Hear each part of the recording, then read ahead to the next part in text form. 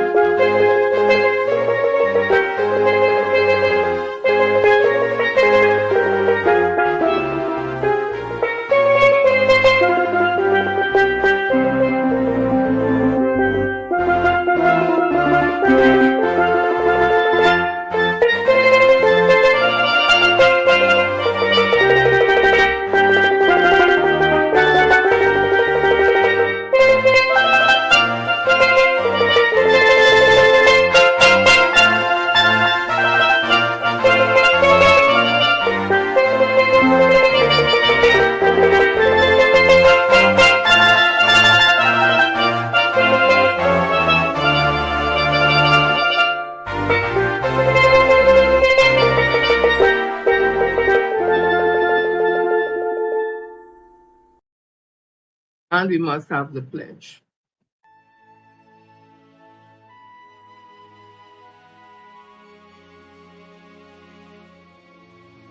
I solemnly pledge to dedicate my life to the service of my God and my country.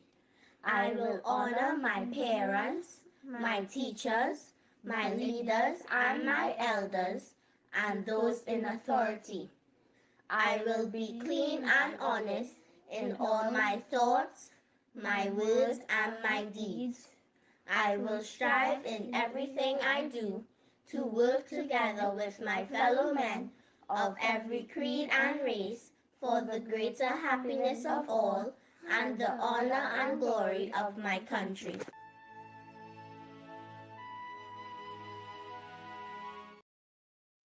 And you must love Trinidad and Tobago. This is our country. All races should be able to live together in relative peace. But it has some people, they like chaos, mayhem, and bacchanal. So, we just have some good news and some historical things, something to make you smile, something to make you think. So, I want you to look at this gentleman here. That gentleman there is Paul Revere Williams, an African American architect in Jet Age, Los Angeles. I got this from PBS and it says here, although best known for designing the homes of celebrities like Lucille Ball and Frank Sinatra, the pioneering African American architect Paul Revere Williams also contributed to some of the city's most recognizable civic structures, all while confronting racial barriers. In this episode, I guess because it's PBS, they would like to visit the iconic team building with, they said who it was and all that, and it continued. But the main thing about it is that that was one of our African American architects, Revere Williams. I think I heard somebody said he would paint upside down, do paintings upside down. Um, so I just wanted to bring that there. Let me see something else here. The team building with Rebecca, which studies politics, culture, and representation of urban space and architectural form. A Williams designed church with photographer Jana Ireland, who was trained in her lenses of the many architects surviving project and the Pueblo, the Rio Public Housing Project archives. So I guess that they went to take pictures of all his architectural work and they had a noted photographer and stuff. But you all go and look up his work. I just bring a little tidbit to tantalize here, right? So that there is African American architect who would have designed for homes of celebrities like Lucille Ball and Frank Sinatra, amongst others. So let me continue. So I saw this comedian that I usually listen to, Godfrey's his name.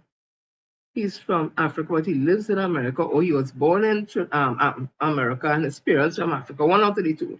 But he spoke about something that, people just think that comedians are not serious people. But when I listened to this, I said, this is something interesting, and I hope you all find it interesting also.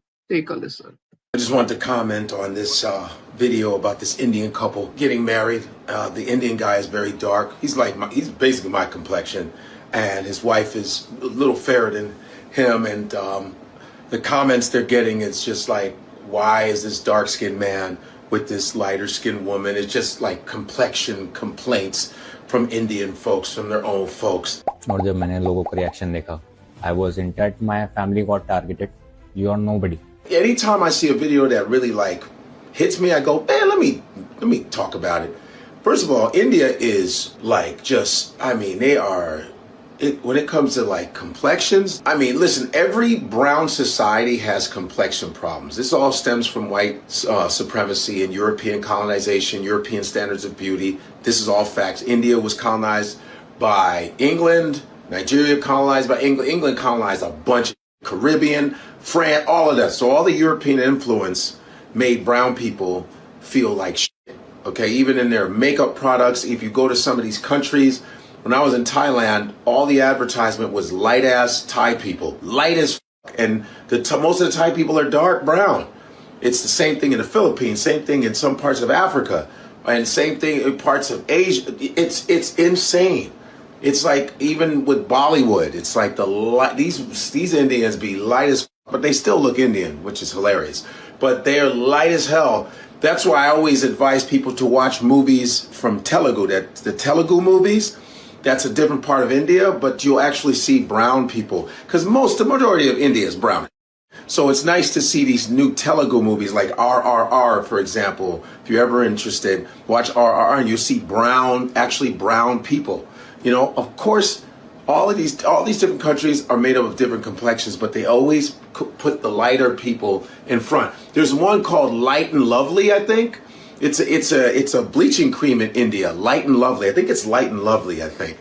If I'm wrong, let me know. But it's they have that on the shelf like fucking Vaseline. They buy that Light and Lovely. In Nigeria, they had Ambi. I think it's still there. But a lot of lightening creams are in a lot of these countries, even in America, and it's pretty fucked up.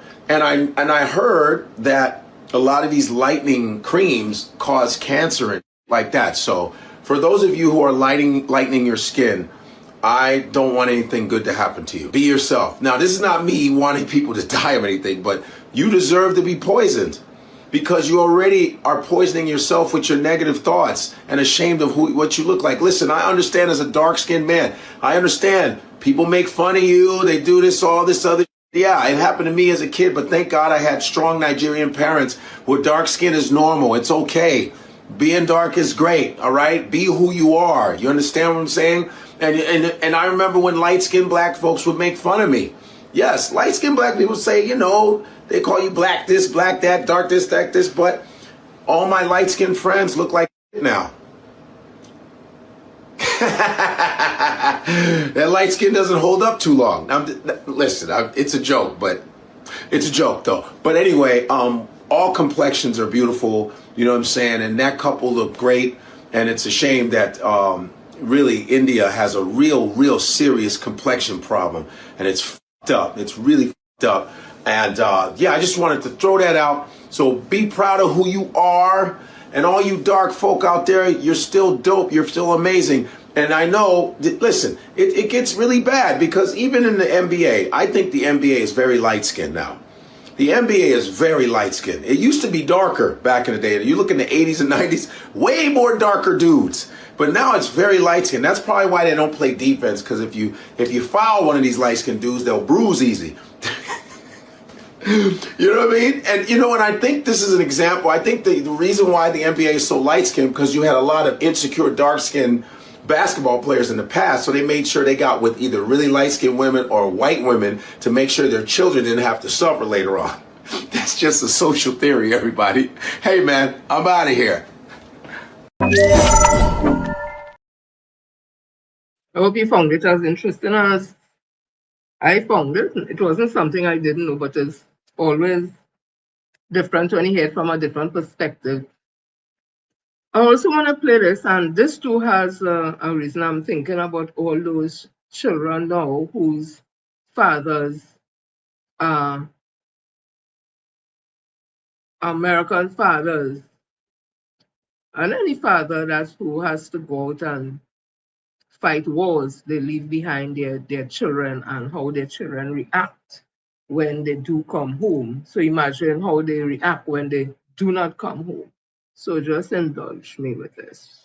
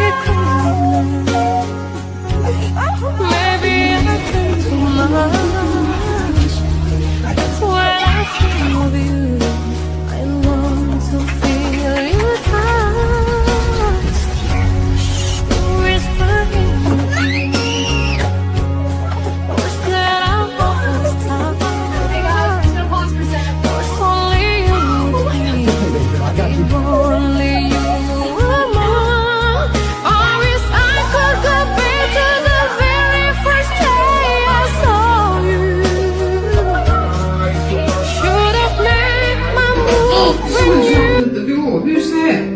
Daddy. Who is it?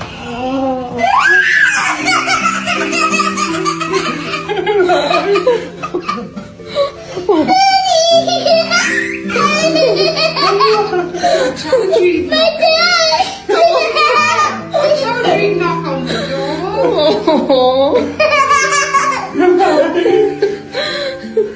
Daddy and Mommy and Daddy. Yes. Hello. Hello, my baby. There goes my heart beating, 'cause you are the reason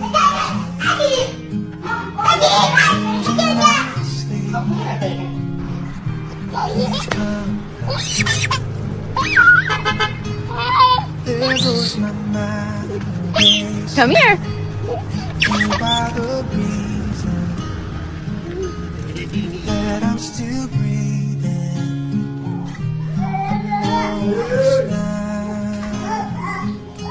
I climb every mountain and swim every ocean just to be with you.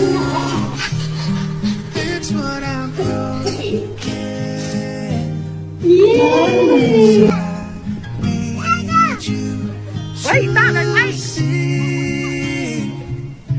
that you are the reason. Thank you, baby. You did it again? There goes my handshake. You are the reason. My heart keeps beating. I need you. If I could turn back the clock, picture the light, feel it, the dark, and spend every hour of every day, keeping you safe. I climb every mountain and swim every ocean just to be with you. How are you? It's what I How are you?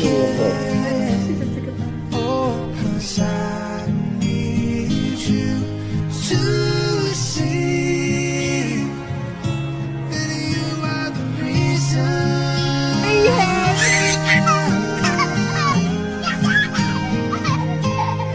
You are the reason.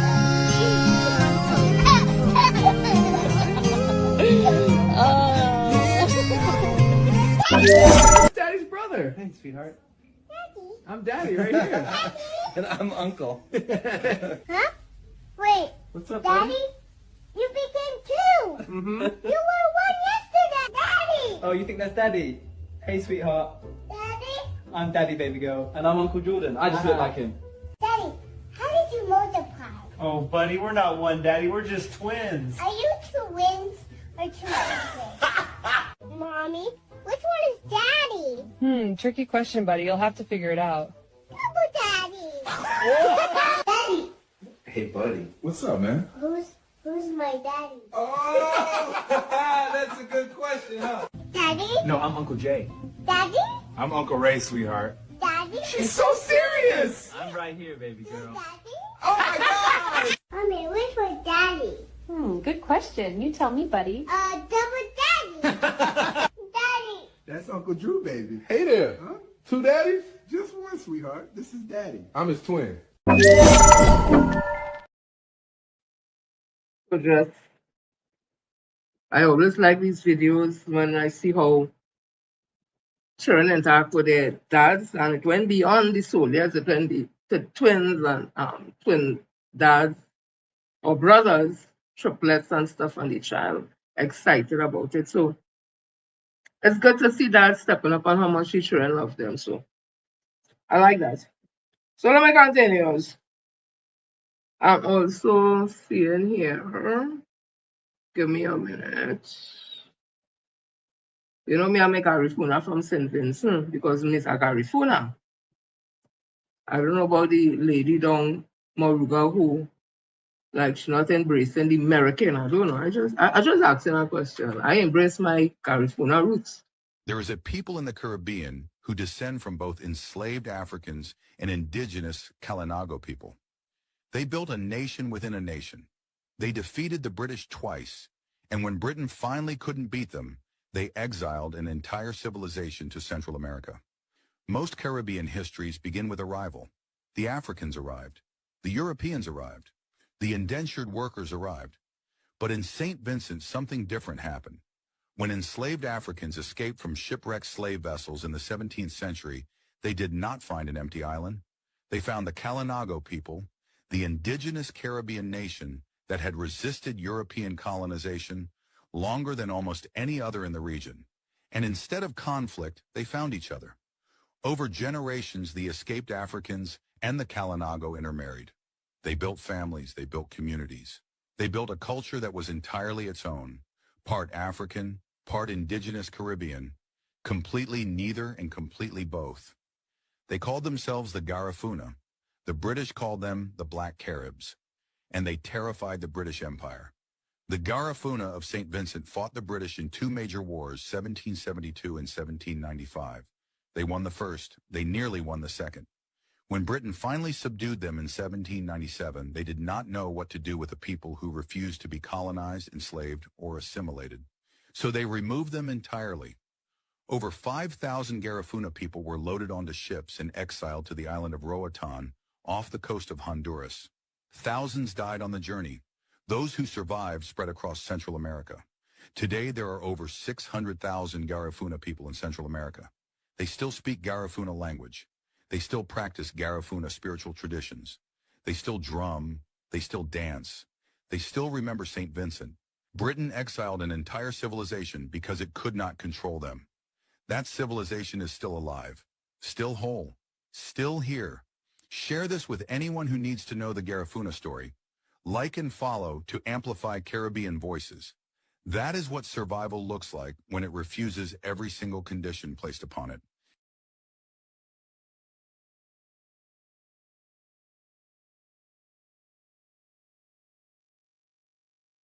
So that's just a lot of my heritage also. Proud African, proud Garifuna.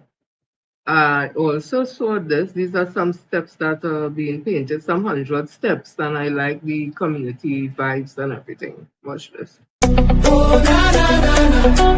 Oh, na, na, na, na. Oh, na, na, oh, na, na. I'm lost in Trinbago. Oh, na, na, na, na. Oh, na, na, na, na. Oh, na, na, oh, na, na. So early morning, the masqueraders calling. These things bring out so much of a community spirit and a love, a togetherness. So we have some international use, some things has been happening. The president of America would have criticized the president that this administration apparently idolized. That's my opinion. He would have recently spoken out against the Pope, saying that the Pope weak. And I guess that's because probably the Pope not blessing whatever war they say in America is his war, Trump war with the whole Iran situation. So you find the Pope in talking about peace and all that, the Pope weak, but you know, the Pope is an American, eh? First time I think they have an American Pope. Anyways, the Pope would answer back basically and saying he's not afraid of the US administration, something to that effect, and that he will continue to call for peace and all that, because that is basically the gospel of Jesus, you know. Peace, spread peace, and try to make peace. After that, Papa, they said this is what President Trump put up on his page or some kind of thing. Look at this. Well, boy, when asked about it now, and people were speaking out because it looks, anybody looking at that just like that, it gives you a vibes like if it's Jesus Christ or some kind of thing. They're just looking at it, eh? So I guess people would have come to that conclusion, whatever, and then when they question him, he would have said something to the fact that the Red Cross, and he was like a doctor and healing the sick, and because that is what he does, and all kind of lily, Papa.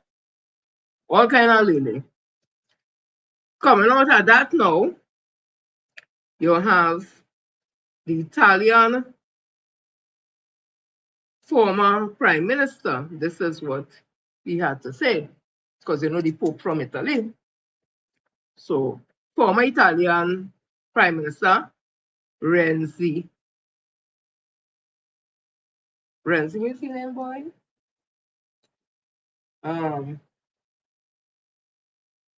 Matteo Renzi. This is what he had to say. Your reaction to that post that Donald Trump has now deleted, virtually depicting himself as Jesus? But that is crazy. As a Christian, as a Catholic, I think that is blasphemous. But for everyone, also for the people not Christians, that is ridiculous. Is silly. Is a man who lost absolutely the brain. Why? You use religion for political issues. So absolutely no way. President Trump destroy his credibility with this stupid message. That was the former Italian president. Listen to the present Italian, prime minister. Quello che ho detto è quello che penso, che le dichiarazioni... What I said is what I think. Those statements, particularly regarding the pontiff, were unacceptable. I expressed and continue to express my solidarity with Pope Leo. I'll tell you more. Frankly, I would not feel at ease in a society where religious leaders do what political leaders tell them to do. Let's say not in this part of the world. So that is why I did not agree, and I said it. Right, so Italy are taking that, so they ain't taking that, so people are taking that. So I look at a little thing, because time I had done some research on it, but that was a good while ago. So the smallest city in the world, the Vatican City, is a 49-hectare, that's 121-acre city-state in Rome. It is the world's smallest independent sovereign state and the spiritual center of the Roman Catholic Church, led by the Pope. It serves as the headquarters of the Holy See.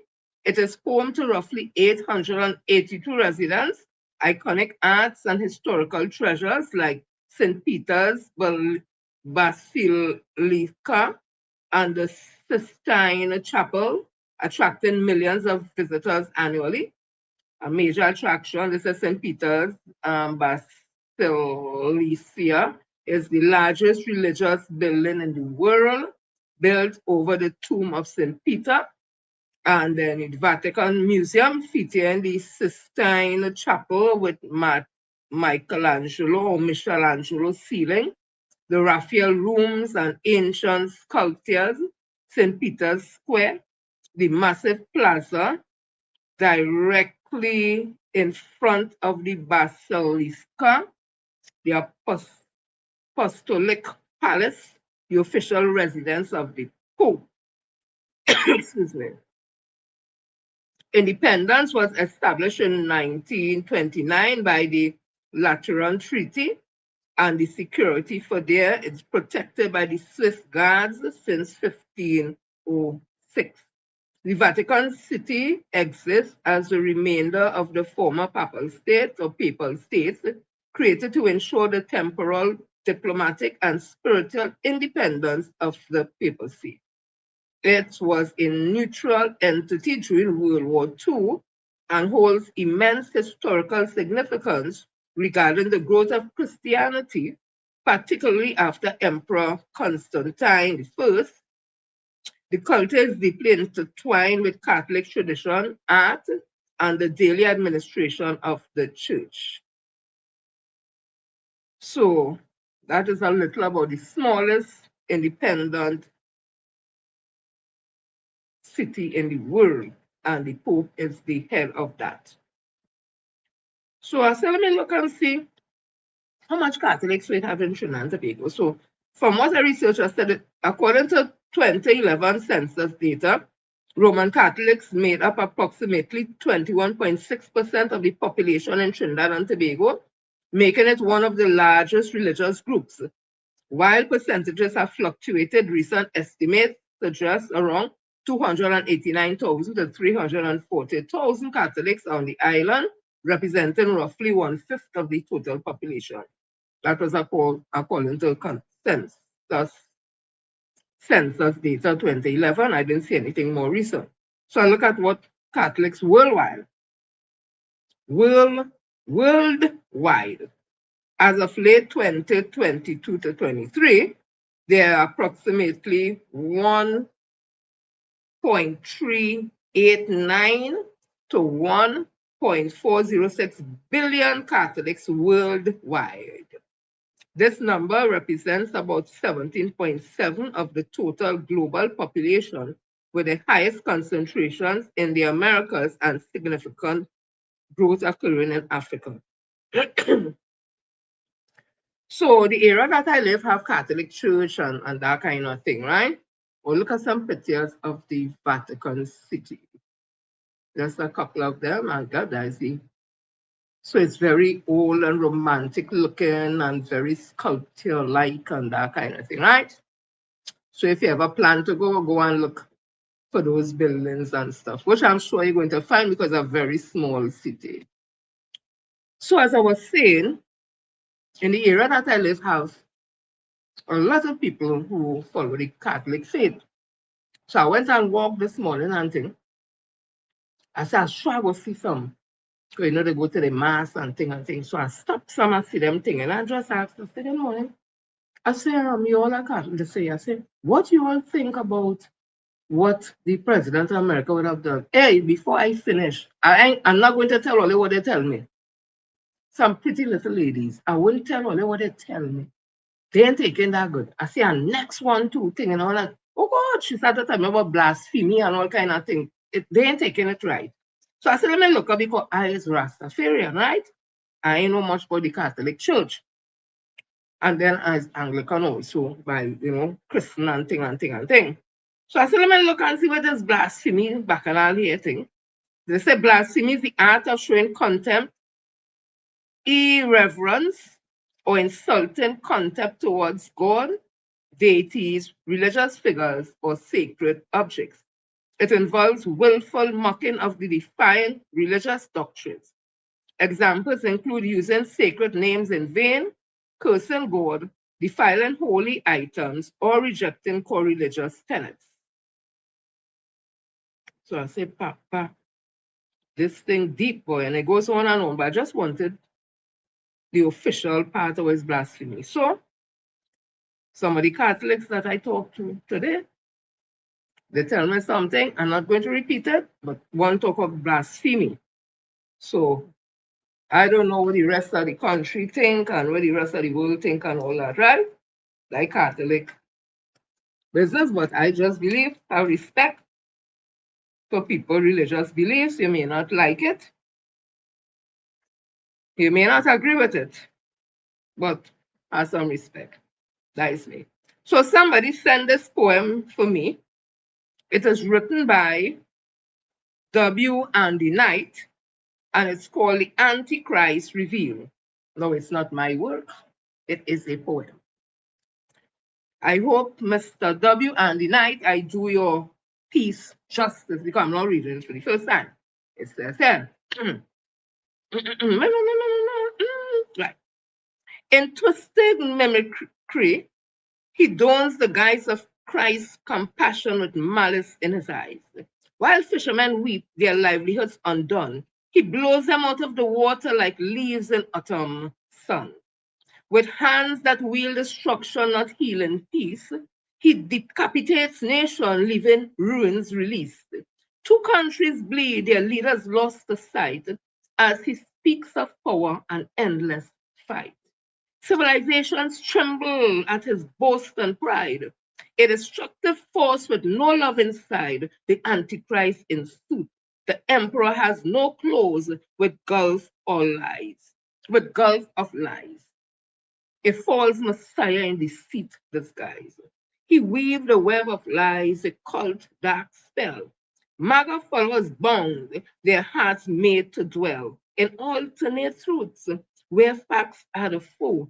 He promises peace, yet wars forever grow. Children scream in southern Iran. Gaza cries in vain. Lebanon's sorrow, his conscience remains still. Epstein's shadows cling, a secret he's kept. Yet still they follow, their blind love unbroken, unkept. When will the madness cease or the chaos subside? As Trump tears down bridges and fans the flame of pride. He rips up the Obama deal, a step towards peace. Now Iran's nuclear quest, a threat to release. Bluster and hot air, a UFC fights display. But the stakes are real. The threat is there to stay. so that's World War III, looms near with destruction, dark night. Will humanity wake up before it is too late? Will humanity wake up before it's too late? Light. Again, this is a piece written, it's not my work. It's called The Antichrist Revealed by W. Andy Knight. And I hope I was able to do it a little justice, despite the little mistake and thing, right? So let me go on. This thing ain't easy. This thing ain't easy. I'm seeing here something coming out of Guyana. And I was surprised. I was like, what? I didn't even think of all that. Let me see if I find it all there. What this thing is. Oh, Lado. Let me see what it says. No. What this thing is. Why? Only give me a minute. Hi. La-di-da-di-da. Is something coming out of Guyana? Oh, I'm not seeing it. Right.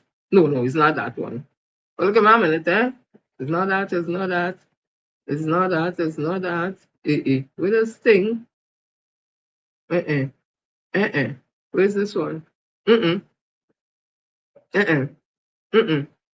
I ain't seen it, but you know what it is, Audio? It have to do with like Guyana running out of gas. The gas station and them have no gas. I said, what the hell? And the man warned, he said, that can happen to we just now too. Gas, he said gas. it right. Which part it is? Director hear me complaining, she said right there. Right there? Okay, let me scroll one more time all there. Or I say it. Sorry. My director and ball, you know, so I'll watch it. So I'm on the ground in Guyana right now and it's pandemonium as a lot of gas stations has run out of fuel and most gas stations are closed right now. I suspect this is part of the US-Iran war. As you know, the Strait of Hormuz has been closed for many weeks now and the effects are now catching up to us on this side of the world. How long again till it reaches Trinidad and Tobago? Expect disruption soon.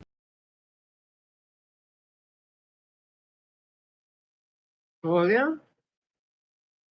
I hope that it come to fruition. But the way how things going, I don't know. People, some sad news. Some really sad news here. Let me answer the stage. TTMA mourns former President Wayne Yip Chow and the Board of Directors and Secretariat of the Trinidad and Tobago Manufacturers Association is mourning the death of former President Wayne Yip Chow. I understand that they found, let me get the story and let me just say what the story is here. So this was Trinidad Express, Tuesday, the 14th of April, 2026. Wayne Yip Chow, once a leading figure in the Trinidad and Tobago manufacturing sector and former head of several popular local brands, died by suicide yesterday. Police said they believe he died at his home in Westmoreland around 2 p.m. Yip Chow began his career in 1976 as managing director of Sweetheart Cakes Limited, which was later renamed Kiss Baking Company Limited. He also served as managing director of the Caribbean Development Company and was a former president of the Trinidad and Tobago Manufacturers Association. His tenure as chief executive officer of Angostura Holding Limited remained one of the most defining chapters of Yip Chow's career, largely due to the circumstances surrounding his departure. Yip Chow was appointed to lead Angostura in the aftermath of the 2009 collapse of CL Financial Limited, at a time when the company was burdened by significant debt. He was credited for playing a key role in its turnaround. His tenure ended in 2011 following a dispute over performance-based compensation, including a bonus tied to the company's financial result. Yip Chow maintained that the payment, estimated at about $20 million, was justified based on the company's performance. The dispute led to legal actions, culminating in a High Court ruling in his favor. In a judgment delivered by Justice James Aboud, Yip Chow was awarded $28 million in compensation after a protracted legal battle with Angostura. Yip Chow also served previously on the boards of Ready Mix and Trinidad Cement Limited. So to the friends and family of Mr. Wayne Yip Chow, we send our condolences here from Bounce Up Central and also let me talk the thing unfiltered and all my peeps. Hope that the family gets whatever is needed in this time of their grief. So let's continue. I'm gonna put back myself. Right. Well, yeah. Rhetoric versus excuse me. This was in the Daily Express. I just affectionately call the Honorable Minister of Finance. I just say he neck blowing bubbles. Because when he did not come in the thing, you could have see the neck. You could have seen neck and the face was sharp and nice. Now you don't see no neck, like the hair just rests down, it bloated. And last time he ended up in the hospital, I don't know for what. And the face looking like again buttons. He looking like he real under stress and he retaining water in his face or some kind of thing, right? So I was just affectionate. I like to give people nickname and things. So it ain't no disrespect or nothing. But if you look at the earlier pictures, you used to see neck and thing, man, the face that's sharp, the little pointy nose. And now, Papa, you can hardly see the neck, the thing, so like the jaws were, look, it's too much. Anyhow, so This was April 13, 2026. As I said, Daily Express. It says here, Finance Minister Dave Tang, who blames the former PNM administration for today's wave of business closures. The evidence, however, suggests otherwise. Whereas the economy faced undeniable challenges in the previous decade, it is the policy decision taken since April 2025 that has worsened, not eased the strain experienced by businesses in Trinidad and Tobago. Though the pain may have been evident, the tripping point has only come as a direct result of your stewardship. So that when the person who write this saying it, they said the tipping point of what happening come at the result of the Minister of Finance stewardship. Recent tax incentives have imposed immediate and measurable burdens. A steep rise in amusement, gaming taxes, and higher liquor license fees have been cited by operators as key factors behind closures of the hospitality sector. At the same time, the manufacturers continue to highlight persistent foreign exchange shortages, excuse me, an issue that remains inadequately addressed and directly affects their ability to import inputs and sustain operation. Notably, the availability of foreign exchange appears to have deteriorated further over the past year. Equally concerning has been the impact on employment. Large-scale displacement of workers has reduced household income and weakened customer demand. Without a clear transition strategy such as action risk compounding economic contraction rather than stabilizing it. This downturn follows a period of modest but real recovery. Prior to April 2025, international forecasts pointed to positive GDP growth and unemployment had declined. While not indicative of a booming economy, these trends suggested gradual improvement, momentum that now appears to have stalled. We must also acknowledge the fact that in spite of two energy price shocks and the COVID-19 pandemic, the former administration never once paid public sector workers late. They never missed a loan payment or retrenched a single gazetted public servant in 9.5 years.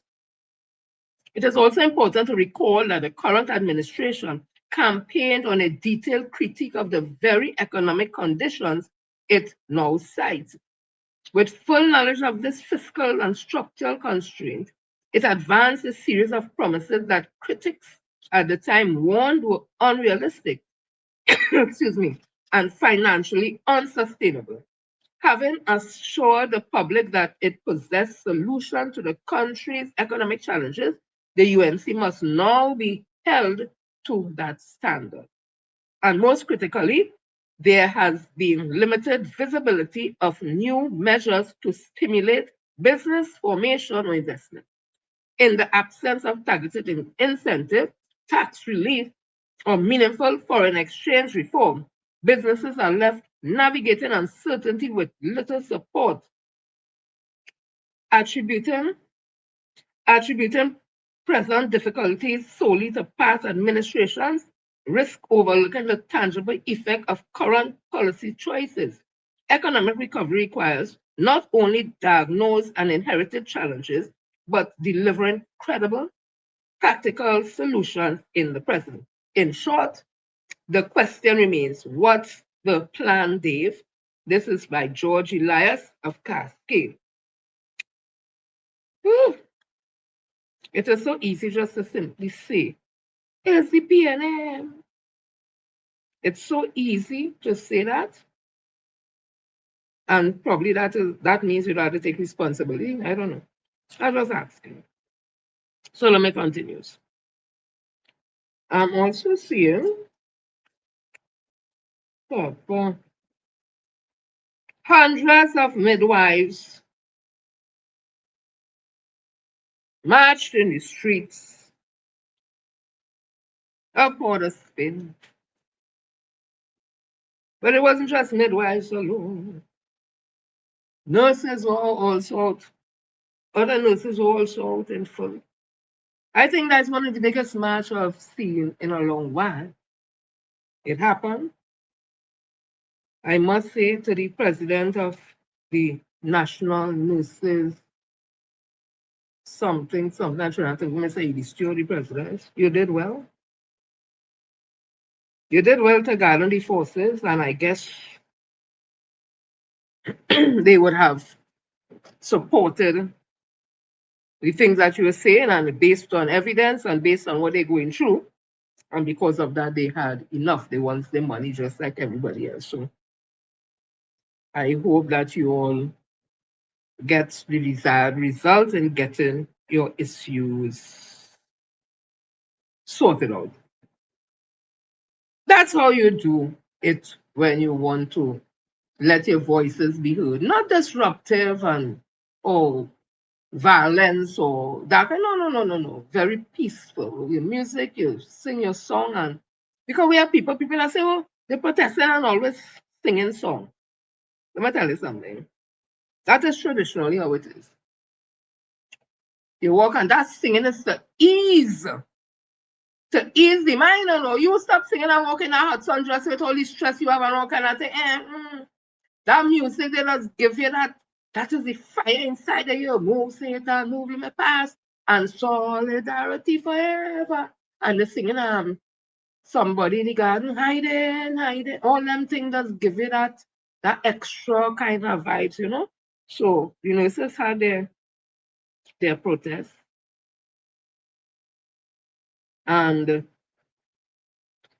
coming out of that, while that going on, this is what the Minister of Health saying. I don't know where the Minister of Health living. I really don't know. I don't know what he considers a crisis. So let me see if I find it.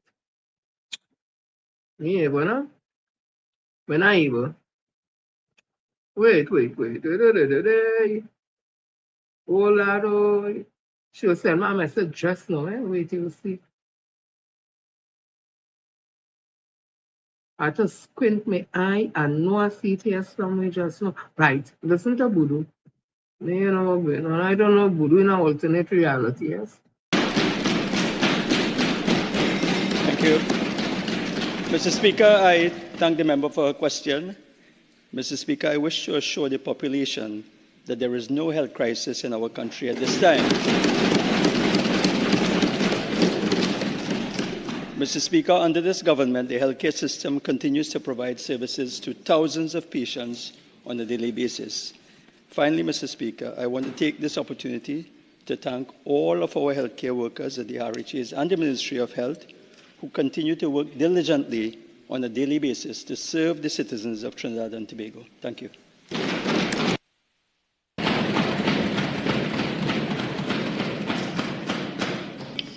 Yes, Mr. Speaker. Second supplemental. In view of the fact that hundreds of nurses are not at work but are marching on Independence Square, what is the minister's definition of a health crisis?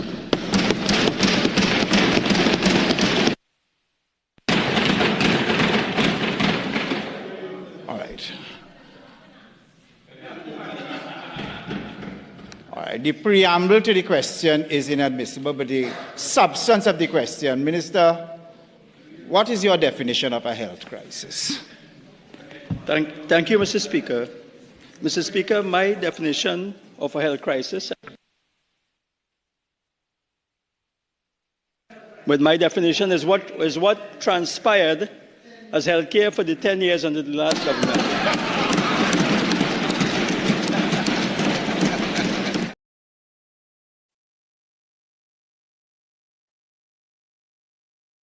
Director, I know you're hearing me. See if you could pull up for me again the nurses march, you know, because I don't understand what the Honorable Minister of Health really talking about. But anyway, so can I continue, Papa? I think I'm living in an alternate reality, yes? If the PLM was in office and that kind of crowd had come out to march, they'd have all the country collapse. They'd have all the healthcare system collapse. They would have say all kind of thing. But all them hundreds and hundreds on this matter already, and there's no crisis. You're talking about the last administration. When will you all take responsibility? Or say they come to do the work? Or let's say when UNC when everybody win and yellow is the code. No more taxes. They're not going to tax the country into prosperity. because the wicked, evil Dr. Rowley, and they wanted to this and that, and they wanted to have nothing, and them alone want the increase in salary, and how much percentage I get 47, and that's a lie, it was never 47. But they don't tell you, all of them enjoying the increases. Why they didn't give it back? Mrs. Kamala Pasabi, I guess, I think must be one of the highest paid politicians in this country. How she didn't give it back and say she want the old rate? How all of them, Khadija, and all of them, the honorables, how come they didn't give back the money where they complain that Dr. Rowley get as if it's he alone get money? Well, it's at 900 and something senior public officers who get an increase also. It's just the politician we know about. But when you look at the schedule, who the Salary Reviews Commission was doing the the proposal for the salary for, there's over 900 and something senior public officers, including politicians. Why all of them and give back the money? Why is Fali Chavez Augustine and give back the money and all these secretaries, and then if they find Dr. Rowley so wicked and bad and he gets an increase, why they taking it when the money come? Give it back and take that money and help the people. How come so much people get fired under all this? 10,500 CPEP workers plus European workers plus reforestation workers. I hear the mayor on radio today saying, about the Spain, they have a lot of bushfires now, and that is a direct result of no reforestation workers, because them is the one to be up there cleaning the path and thing to make sure that nothing gets one all kind of thing. And then the CPEP workers are cleaning the one down on the roads on it. Look now, anyway, you see this alternative reality, me not in that now. So let me continue. So when Budu was saying the nursing healthcare not in a crisis, listen to Mr. Victor Roberts. The man used to drag the coffin. Boy, he had one that thing to say, no, me, where you going? Look at now, see, right, listen to him here. So I listened to Lakrambudu in the parliament speaking about no disaster while the nurses in this country protesting. When last Lakrambudu listened to his ministers and they're talking about no disaster, did you listen to Khadija Amin as it relates to the 0.14 borough celebrations and funding for local government in the parliament? No disaster. Did you listen to your minister Sean Sobers as it relates to the CARICOM fiasco and you talking about no disaster? When last you listened to your Minister of Education in this country while teachers protesting and you talking about no disaster? When last you listened to your Minister of Defense, Wayne Sturge? No disaster? Well, when last you listened to Roger Alexander on crime in this country and you talking about no disaster? Listen, when last you listened to your Minister of Housing in this country? No disaster? Did you listen to Barry Padarak as it relates to WASA and the TSTT fiasco in Tobago? And you talking about no disaster? The biggest disaster in this country is those that sits in the Prime Minister office together with the Prime Minister. You're talking about disaster? The biggest disaster in this country is the people electing the United National Congress as the government of Trinidad and Tobago. That is the biggest disaster in this country. So you go ahead, Lakrambudu, and mamaga yourself and fool yourself, but no disaster in this country. I gone. Right, look at the nurses.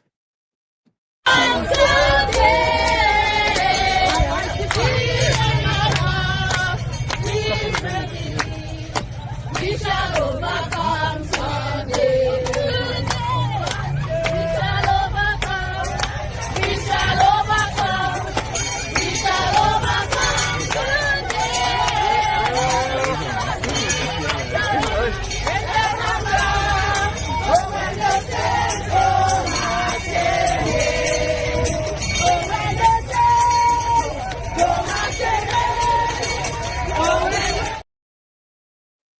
Hundreds of nurses was in Port of Spain. They passed all because the new Ministry of Health knows wrong the Savannah. They are a little above. If you're coming up Charlotte Street, a little above the Port of Spain General Hospital. If you're coming on the Savannah, it's before the Port of Spain General Hospital. So they passed all, they went all in front. The man said, no, look. Anywho's, on top of that now, listen to this. The UNC expresses gratitude to Dr. Tim Gopi Singh and the board of the NCRHA for the positive changes they are making towards providing quality healthcare to our citizens.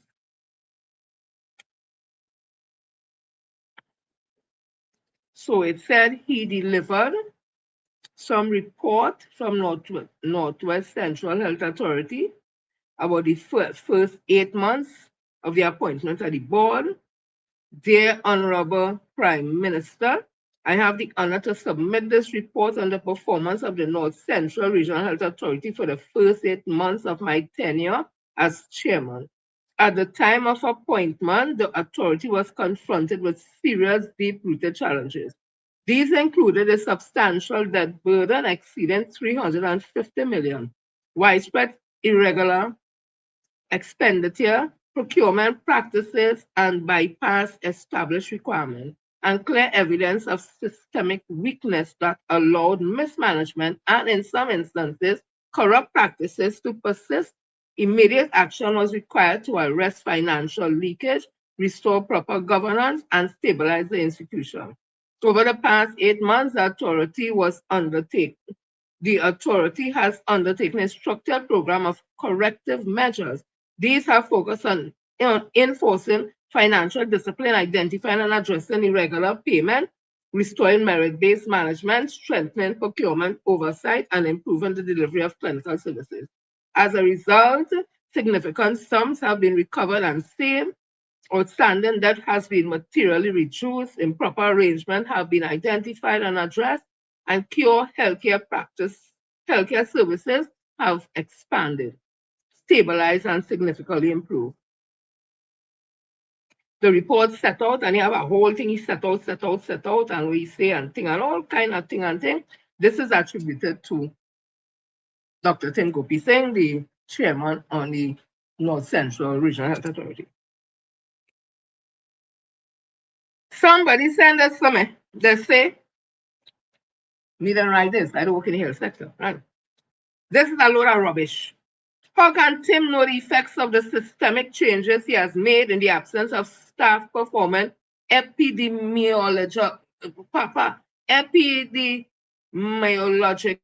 function? And if I pronounce it, left me alone. Anything that had the whole alphabet as a word is not a word I supposed to pronounce, right? Tim increased the numbers of theaters, but there's a systemic disruption causing postponement of elective surgeries, extending the patient waiting list. No mention is made by him of this impact on the list. The nurses brought it up. There are reductions in procurement. Is it inclusive of supply for surgeries? This will have a negative impact on the waiting list also. He is overjoyed about reduction in clinical attendance. Could it be due to fewer persons accessing the service? The pharmacy presently hardly has people. This is mainly due to the absence of drugs. He said there are fewer persons in the clinics. Is he aware that there are fewer people accessing clinical care due to the drug situation? Concerning the huge reduction in liabilities, Tim needs to be careful. This person calling me like they know he good, Papa. Tim needs to be careful. He may be played just like his last term as chairman. A significant reduction in liability should be accompanied by an increase in releases. Can this be accommodated, especially as the government is cash-strapped? Too much reliance should not be placed on Tim's report. Look at the service at the institution in the absence of they put back the damn word again. Epidemiological data to determine if this report is pure distraction or games being played. The government needs to be careful. If the nurses decide to work to rule, the whole system can go wrong. This healthcare problem needs to be resolved soon. Bodhi, who is Bodhi? Oh my goodness, it's not Voodoo. Look, Bodhi said, I said how they have it. They have BHODOE. I thought it was BOODOO, Voodoo, but them say Bodhi, Bodio, Bodo, whatever. Bodo said that there is no crisis. Probably he would wake up when the system collapses. All this nonsense only serves to further demotivate staff. Then our next one, right? Listen to me, like, come out in the numbers, right? You know. This is directed to Tim. Again, like them know Tim personal or something. I don't mean in no kind of bad way, but on first name basis kind of thing. Probably.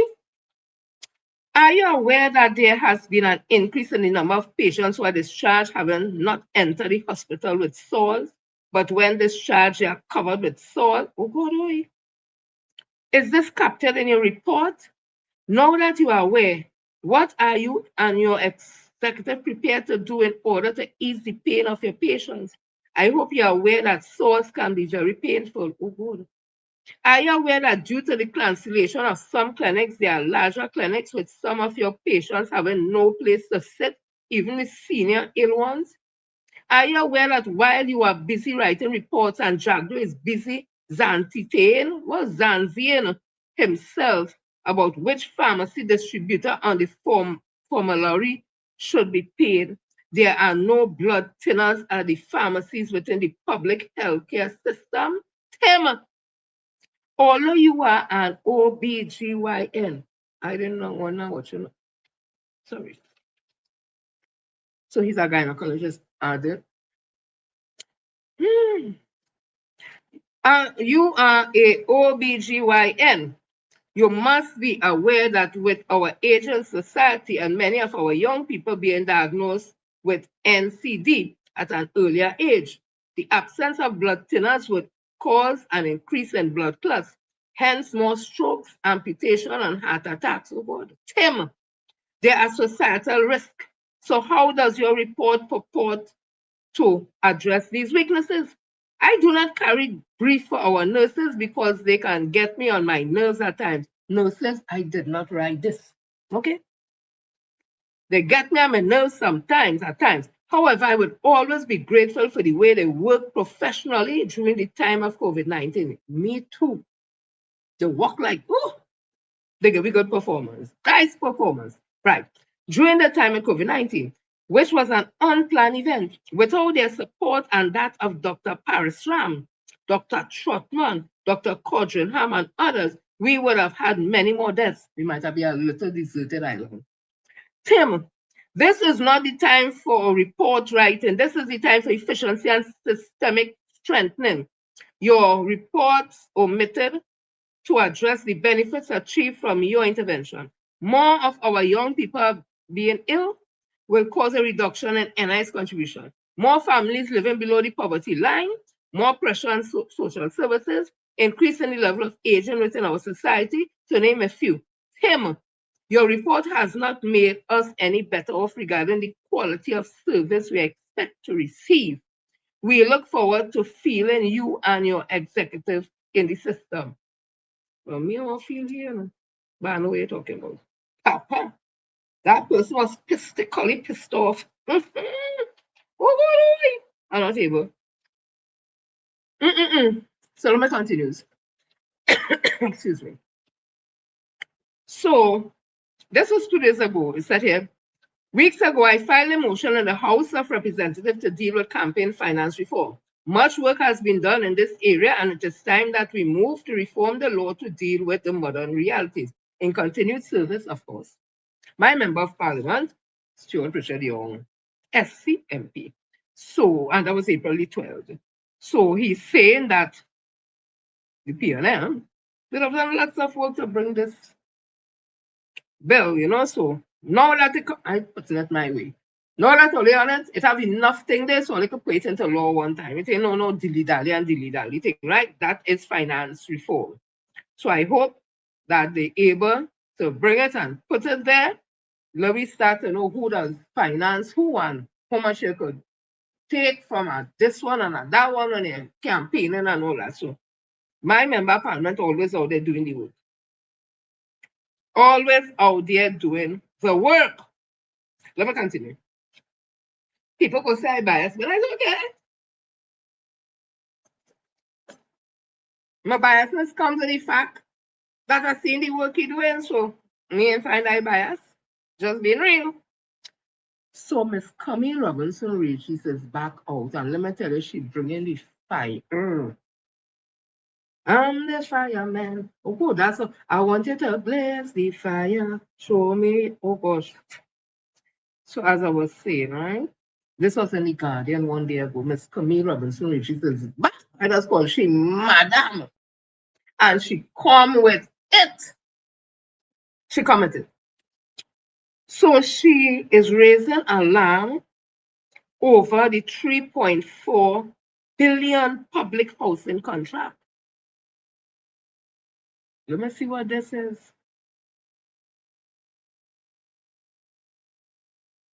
Are we waiting for it to load?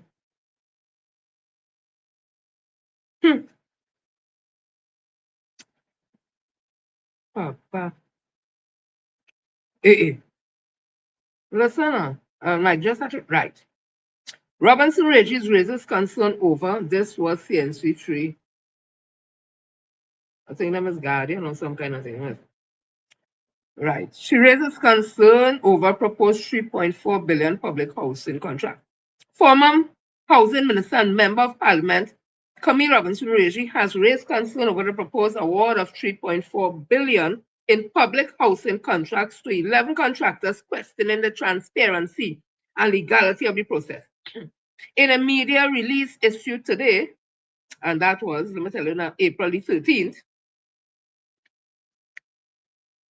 issued today, Robinson Regis said the award has raised serious concerns about transparency, legality, and the government's commitment to providing homes in Trinidad and Tobago. She said what should have been a straightforward, competitive, and transparent procurement process appears hidden behind secrecy, citing what she described as questionable pre-qualification criteria, the exclusion of experienced local builders, and possible breaches of the Public Procurement and Disposal of Public Property. According to the release, the Housing Development Corporation, HDC, pre-qualified 28 contractors sometime last year to bid for design, build, finance services for housing projects across Trinidad and Tobago. Robinson Regis said the HDC selected 3 arbitrary line items from the OPR depository as the basis of pre-qualification. By early 2026, she said the list was reduced to 18 contractors who were invited to site visit at selected locations before being asked to submit their tender proposal. Following an evaluation process, 11 contractors were selected. She said a standstill notice was issued on April the 9th, allowing 10 working days for challenges. Robinson Regis noted that only Mutilal Ramhit and Son, how that name sound familiar, had previous experience in the housing sector, while the other 10 contractors had no prior work with the HDC. These include a group of doctors, a steel contractor, a hardware supplier, and a California stucco operating in Tobago. The release said. She argued that she argued that the process had bypassed contractors with proven housing experience and criticized what she described as a lack of public disclosure. The process was conducted in secret, lacking any posting on the HDC website or inclusion in the 2025-26 annual procurement plan, Robinson Regis said. She also questioned the length of the standstill period, saying that the 10 days window was well below the accepted practice of 15 to 20 working days to allow for proper challenge, especially given the magnitude of these projects. This is not a minor oversight. It undermines the very safeguards designed to ensure fairness, accountability, and the right to contest, she said. Robinson Regis further raised concern over what she said was the absences of information on project sites, housing design, delivery timelines, and other key details. There is no disclosure of project sites, housing design, or delivery timelines. Nothing to show the public what 3.4 billion is actually buying, she said. She added that thousands of citizens remain on the list while near complete development remain idle. Robinson Regis said it may have been more prudent to restart projects such as Citrus Close, Castle Field, Bon Air, or Edinburgh Towers, which he said could be completed faster at a lower cost. The people of Trinidad and Tobago deserve transparency, accountability, and results, not uncertainty, exclusion, and the very real possibility of billions spent without a single house to show face, she said. But not only that, if some of them contractors never build house and thing, and them go and build house wherever it is, and the house in build a good structure and thing, and house cave in, and people a little shake a earthquake, and the whole thing cave in, fall apart, and all that, who going and pay for all them kind of thing? Because that is going to end up in lawsuits and going back and you can have people who never build house going to build house for people. I ain't get the part with the doctors. Is it the doctors form a construction company? I don't get it. What? Under the UNC? Oh, Lordy. Lordy. On UNC. I don't know. Let me continue. So listen to this gentleman speaking on the HTC issue. Government is about to spend $3.4 billion of your money on housing contracts. Right now, the public has no information about who got it, why they got it, or what's actually being built. HAC recently awarded housing contracts to 11 contractors. Among those selected are a steel contractor, a hardware supplier, and a stucco company based in Tobago. Interestingly enough, only one of those 11 companies had prior experience building houses for the HTC. Now questions are being raised about how the selection was made. There's an economic concept called information of asymmetry. This is when one party has access to information that the other side doesn't. In well-functioning procurement systems, the gap is closed through open tenders, public criteria, and public procurement plans. And according to available information, the process wasn't listed on the HEC website and wasn't included in 2025 to 2026 annual procurement plan. Also, a standstill notice was issued with a 10-day challenge window, while accepted practice is typically 15 to 20 days. This is the principal agent problem playing out in real time. The government is the agent, tasked by you, the citizens, to spend public money responsibly.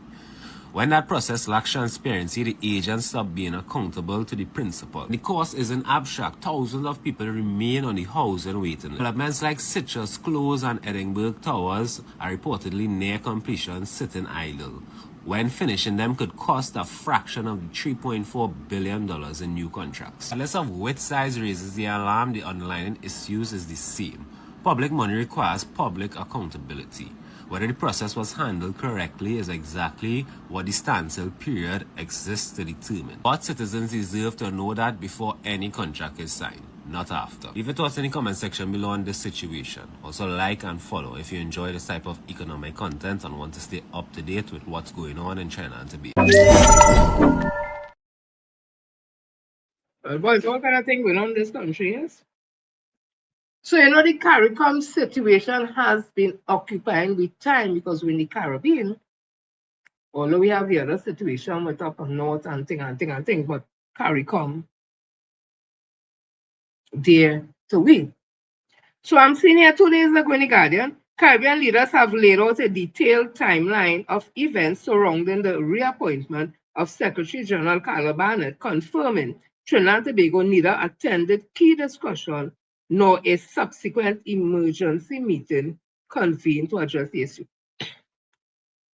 My thing is this: if Trinidad is saying that they were wrong in the sense they were uninvited and they didn't know and they didn't go and whatever, and they didn't like how the Secretary General, Dr. Carla Barnett, I think that's her name, was reappointed because her term, I think, is ending in October, and she has been reappointed and they don't like her. Okay.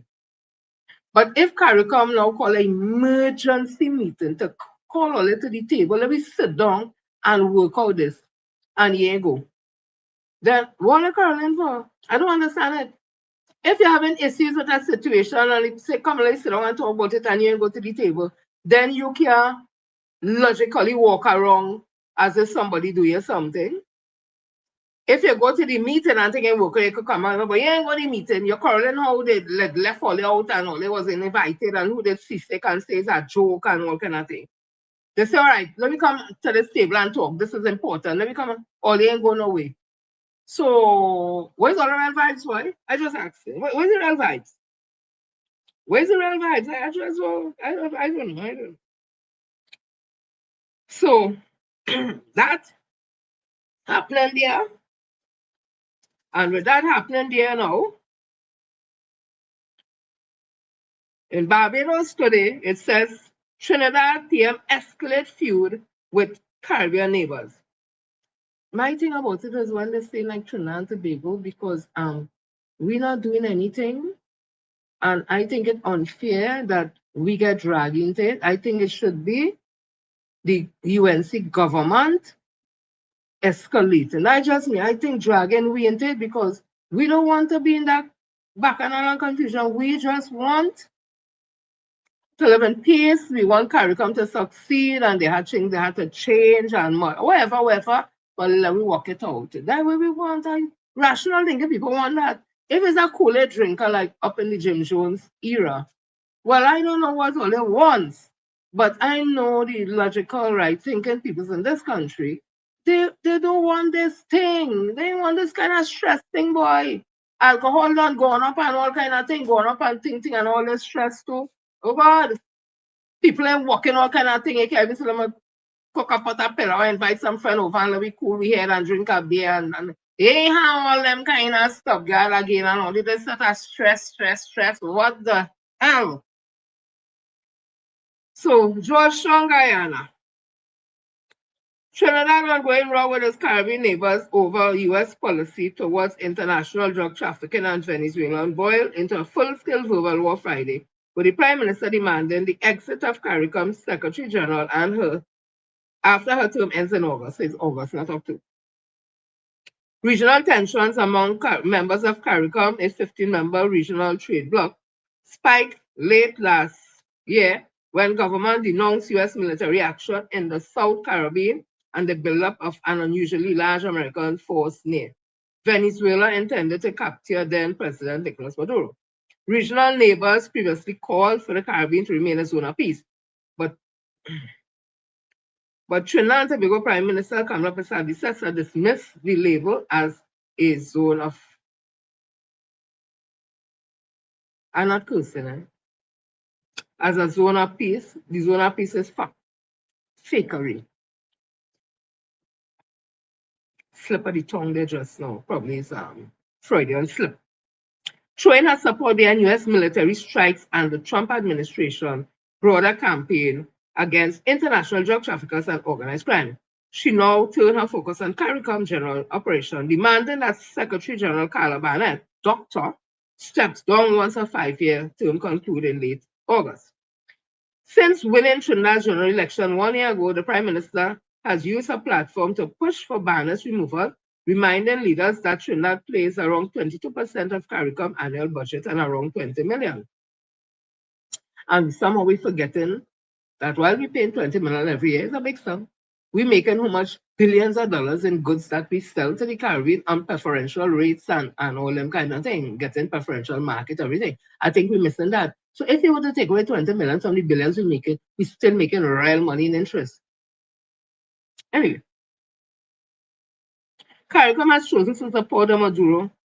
CARICOM has chosen to support the Maduro narco government through the fake zone of peace, like the woman saying that peace narrative. She said in a statement in late 2025, as the U.S. was preparing for action against Maduro and as government complained about the alleged illegality of the deadly boat strike, her relentless months-long campaign against the bloc and its chief executive had forced Friday's emergency meeting to discuss Barnett's reappointment. And of course, she didn't go, right? Because this was the 11th and the 4th month, 2026. So all over the place they're talking about we business stink and dirty in the road. All over the road. Look all there. Oh, Jesus. I'm seeing here also Ralph Marach, who is the what? penitentiary, something and something and some kind of thing and thing and thing. He gets a sweat. He support and kiss up to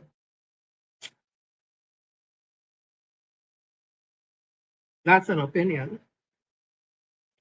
Kiss up to the UNC that he get blind. He writes something and it ain't even opening, so okay, right. He says here, make CARICOM go stronger. Me ain't reading the whole thing and I just read a little piece. Right. This was April 11th, Ralph Maraj. The Prime Minister of Trinidad and Tobago, Kamala Persad-Bissessar, and Minister of Foreign Affairs and CARICOM Affairs, Mr. Sean Sobers, have repeatedly raised serious concern over the procedure employed for the reappointment of Dr. Carla Barnett as Secretary General of the Caribbean Community. A special virtual meeting of the heads of government was arranged last Friday to discuss the issue. Oh gosh. Trinidad and Tobago did not attend. Indeed, this country will not participate in CARICOM meetings until Persad-Bissessar is furnished with request documentation on the reappointment of Barnett, whom Trinidad and Tobago will not recognize as Secretary General after a current term expires in August. What more documentation? I don't get it.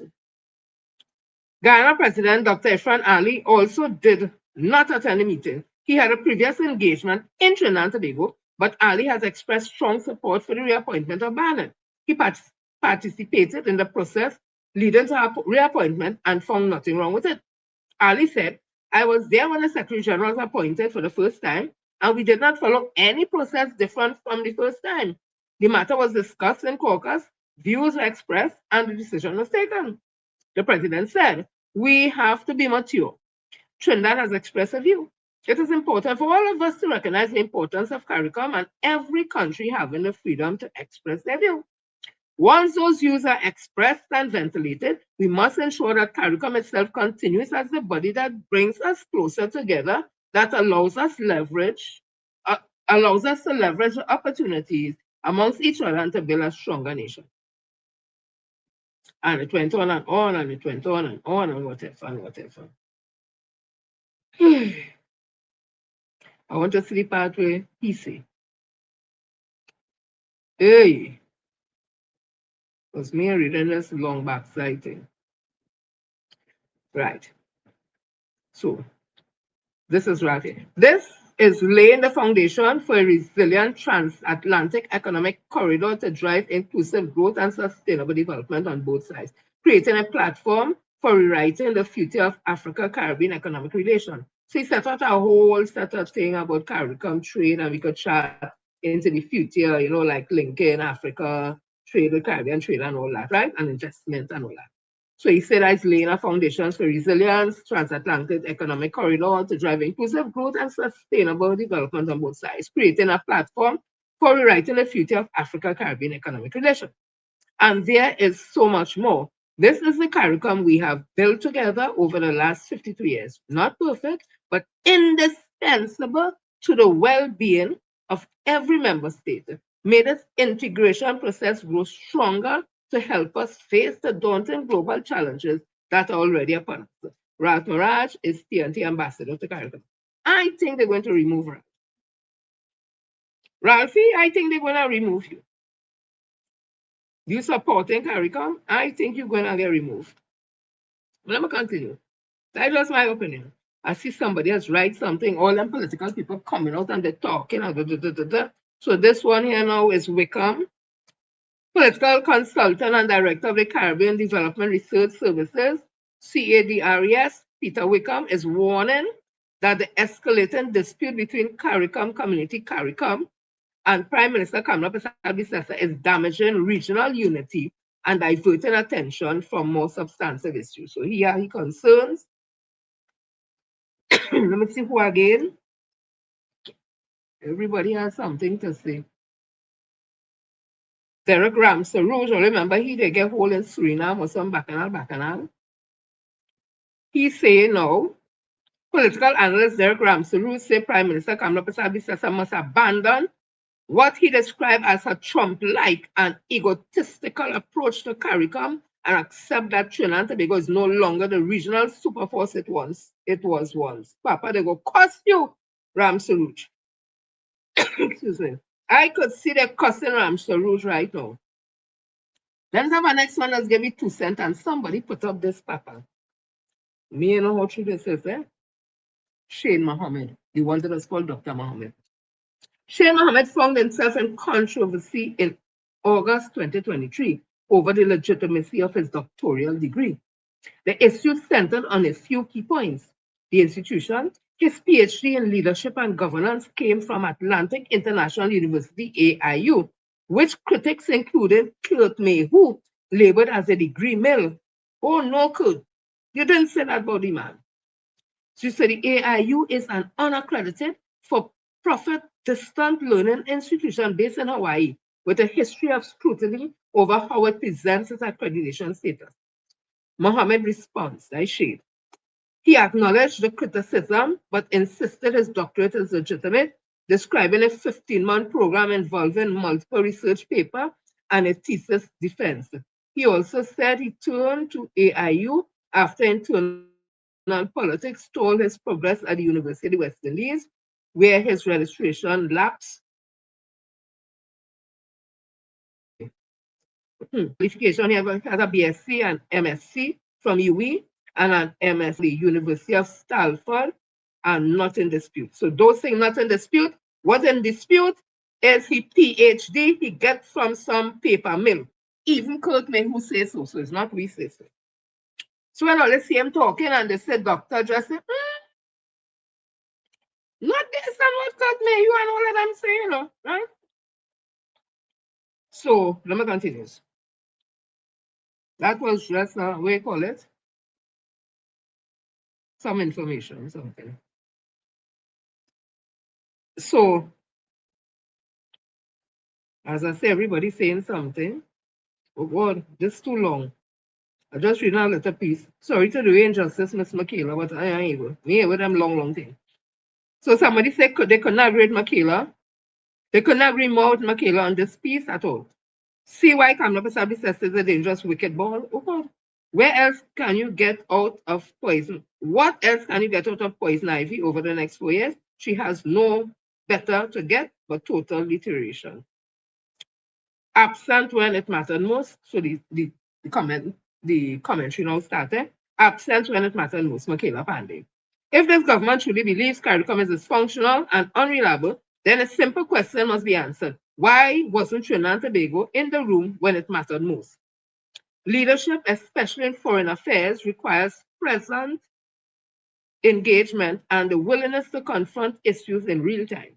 Yet by leaving the heads of government meeting in St. Kitts and Nevis before its conclusion, Prime Minister Kamala Pasabi-Sessa forfeited the opportunity. You cannot accuse a process of lacking transparency while absenting yourself from the very forum where transparency could be demanded. The contradiction matters because it points to a deeper issue. What is exactly this government policy on CARICOM? Beyond strong language and public outrage, there has been no clear articulation of how Trinidad and Tobago intends to engage, influence, or reform the regional bloc. If CARICOM is not functioning optimally and efficiently, as claimed, then what is the plan? What reforms are being proposed? How will this country use its position to strengthen regional governance rather than weaken it? These are not theoretical concerns. CARICOM is a critical economic partner. Trinidad and Tobago earns over 1.1 billion of foreign exchange from exports to the region, with roughly 10% of our global export tied to CARICOM markets. This is about jobs, business activity, and economic stability. Diplomacy in this space is about protecting national interests. Instead, what we have seen is escalation, words like surreptitious, odious, and ruthless. Do not build alliances or resolve disputes. Serious diplomacy requires discipline, consistency, and credibility. It is within this context, you think going so good like I go read the whole thing, you know. It is within this context that the performance of Sean Sobers must be examined. From the outset, his handling of this matter has been marked by contradiction. The government's central claim is that Trinidad and Tobago was excluded from the CARICOM retreat in Nevis, where the reappointment of Dr. Carla Barnett was finalized. However, that claim is not uncontested. Regional leaders have offered a very different account.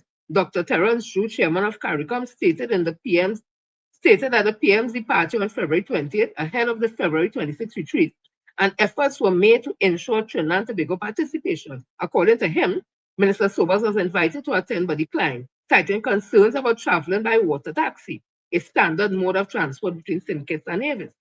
Similarly, Dr. Ifran Ali has maintained that the process used to reappoint Dr. Barnett followed established precedents, reinforcing a position that normal procedures were observed. Taken together, these accounts directly challenge the government's narrative. Minister Sobers, for his part, has rejected these claims outright. He has described them as a big, bald-faced lie, insisting he never refused to attend due to seasicknesses and that any such remark was made in jest. He maintained that he was ready to attend but was informed on the morning that only heads of government would be permitted. He said he verified this through official channels and pointed to a message citing that foreign ministers were to remain for community council meetings while heads convene separately. But this only sharpens the issue. This country is now faced with two fundamental opposing versions of events. If there is a clear evidence confirming that ministers were not allowed to attend, why has it not been presented promptly and publicly? Equally troubling is the tone that has now taken hold. Sean Sobers did not simply respond to criticism. He told Dr. Ran Gonzalez to focus on what is taking place in St. Vincent and on winning another seat. That is not diplomacy. This is political grandstanding, and it has no place in the conduct of foreign affairs. Worse, it is beginning to feel like a pattern. There is an emergent perception that some ministers treat serious regional engagement as an extension of domestic political rhetoric, dismissive, combative, and at times outright rude. That approach does not project strength, it signals indiscipline. Trinidad and Tobago has long been regarded as a serious voice of CARICOM. That reputation is now being tested. That matters because in diplomacy, perception shapes reality, and the signal being sent is a troubling one. Trinidad and Tobago now risks isolating itself from a bloc it claims to support in a region where cooperation is critical to trade, security, and economic stability.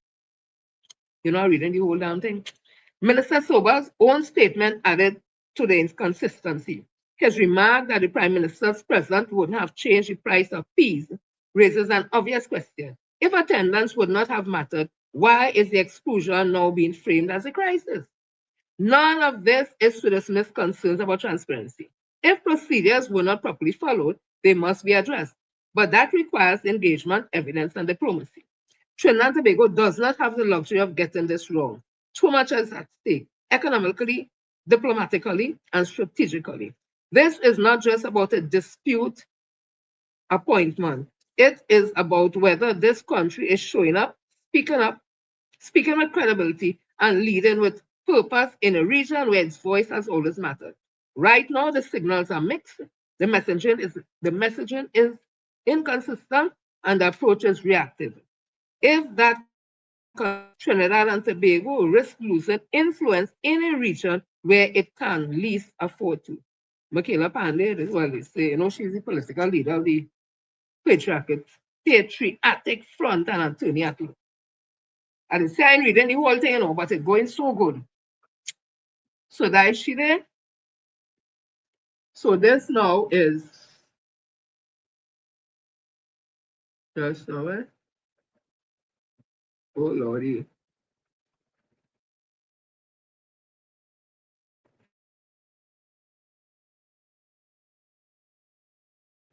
Ooh. Why I have this? Look now, don't play up and all that.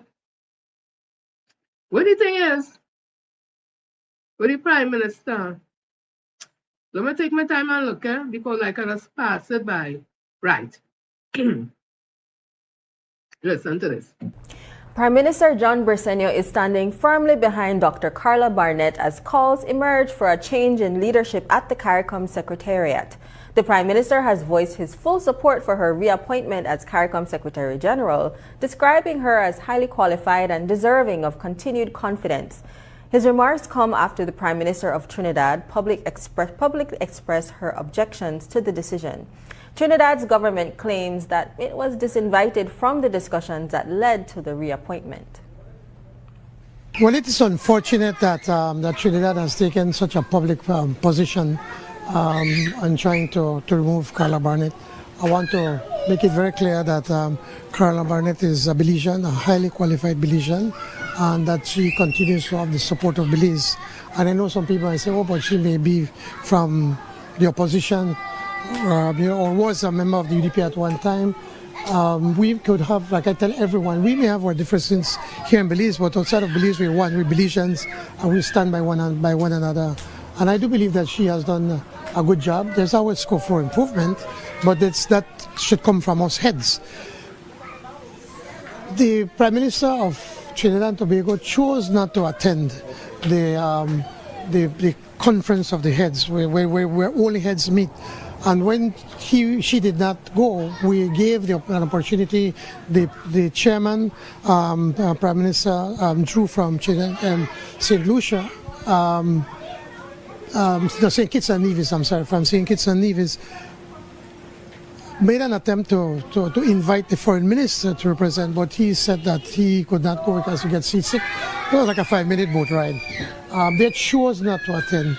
And so today we're going to have a meeting to discuss that, and I'm hoping that we can find an amicable solution to this matter. Despite objections from Trinidad and Tobago, Prime Minister John Briceño says Belize stands firmly behind Dr. Carla Barnett, urging CARICOM leaders to resolve the dispute amicably and maintain unity within the regional bloc. Up next. Yeah, I hope you all saw the whole thing. I saw it sticking here, but I'm watching it on Facebook and the video was showing properly. So I hope you all were able to see it. So Belize Prime Minister has given support to the Secretary General, Dr. Carla Barnett, and I think she's from Belize. Yeah. So let me continue. So this gentleman here explained what happens if TNT comes out of CARICOM. Like the only people who know the seriousness must be Trinidad. You know. Let's see if I'll find it here. Oh Lord, what do you think? Oh, look at my minute, eh? I had to look over the thing like I hadn't seen it. She was saying and said, just saw it right there. CARICOM must work together. You don't know. What do you think is? One report to it. What do you think? Yeah, well, yeah. What would happen if Trinidad and Tobago leaves CARICOM? Well, Trinidad and Tobago earns $7.5 billion TT every single year. Trinidad and Tobago, there's more to the fallout with CARICOM that the government and the media are not telling you about. In my opinion, this is more about a regional intelligence agency, a registered arms dealer, the government of Trinidad and Tobago, and the United States. Please like and share this video if you find it interesting. Due to the nature of this topic, the algorithm will likely suppress it. The media has been talking a lot about the UNC's claim that they were not invited to a vote on the Secretary General of CARICOM. The real question no one is asking is why does the UNC appear to be so strongly opposed to the reappointment of Dr. Carla Barnett as Secretary General? Here's my take. In 2022, CARICOM's intelligence agency, CARICOM Impacts, along with the TTPS and Barbados Police, coordinated to detain and return a Trinidadian arms dealer, Brent Thomas, from Barbados to Trinidad to face charges related to possession of illegal. At the time, the UNC opposition seemed to defend Thomas, arguing that the rights of the arms dealer were violated in what they called an abduction, with Kamla Prasad Bisesar personally writing to, guess who, CARICOM Secretary General Dr. Carla Barnett, to protest CARICOM's involvement via this intelligence agency. The Secretariat's never replied. Back in Trinidad, arms dealer Brent Thomas was represented in court by now UNC Minister Devish Maharaj and Fayed Hossain, who also represented former UNC Minister Jack Warner. Thomas's case was ultimately closed without conviction. Meanwhile, yet another registered arms dealer, Hugh Leong Poi, was charged along with UNC Minister David Lee related to the import of a Mercedes-Benz G-Wagon. 2 years later, the UNC would then campaign on policies favorable to registered arms dealers, with stand your ground legislation, political catchphrases around the use of fire, Load up your matic, light them up, empty the clip. and for making it easier for citizens to acquire registered firearms. When you vote for the UNC, we will give you stand your ground laws and legal firearms. And this is why we need campaign finance reform. Who is really behind these UNC government policies? Are registered firearms dealers large financiers of the UNC party? I do not know, but these are questions that the UNC government must answer. Back to CARICOM, just months after the Brent Thomas case, several CARICOM states supported Mexico in a lawsuit against U.S. firearms manufacturers in the United States. The U.S. government has sided with its manufacturers as U.S.-made continue to flow rampantly throughout the Caribbean, with the UNC government aligning itself most recently to the United States. From my perspective, you can understand why they would continue to verbally attack CARICOM, and all things considered, why the UNC might object to the reappointment of Dr. Carla Barnett.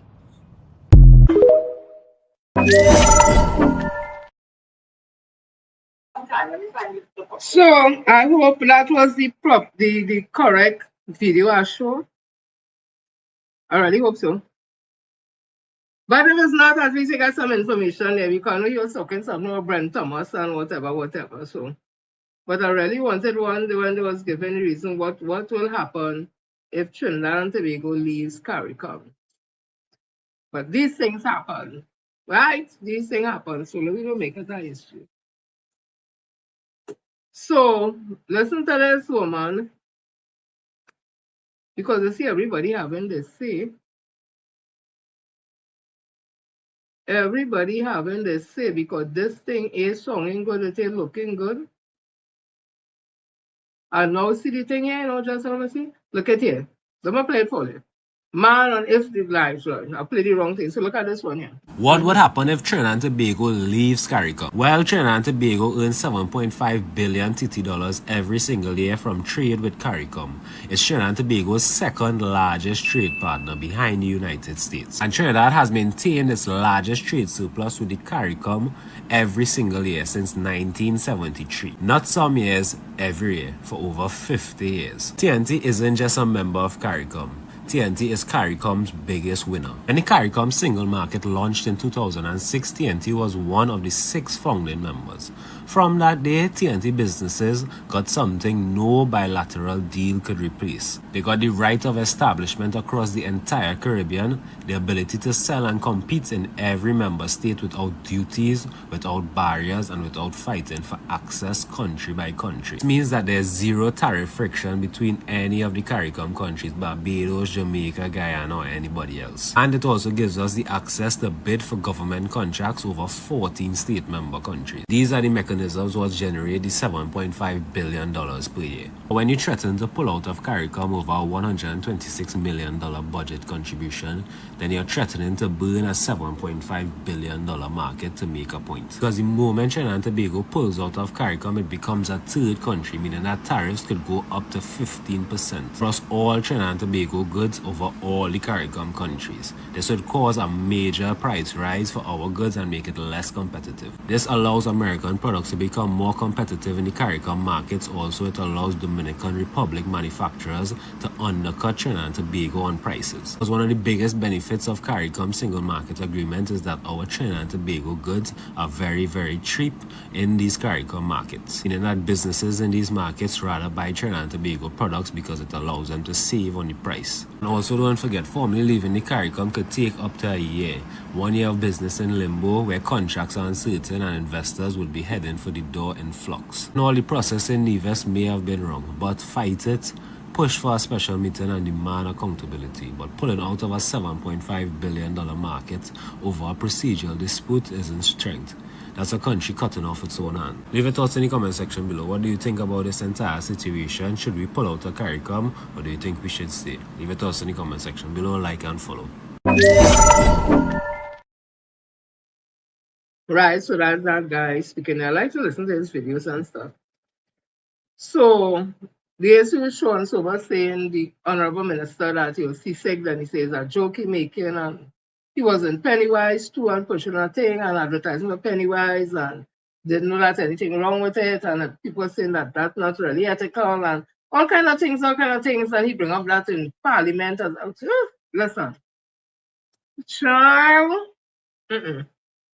So this woman said this about the situation because Random thought.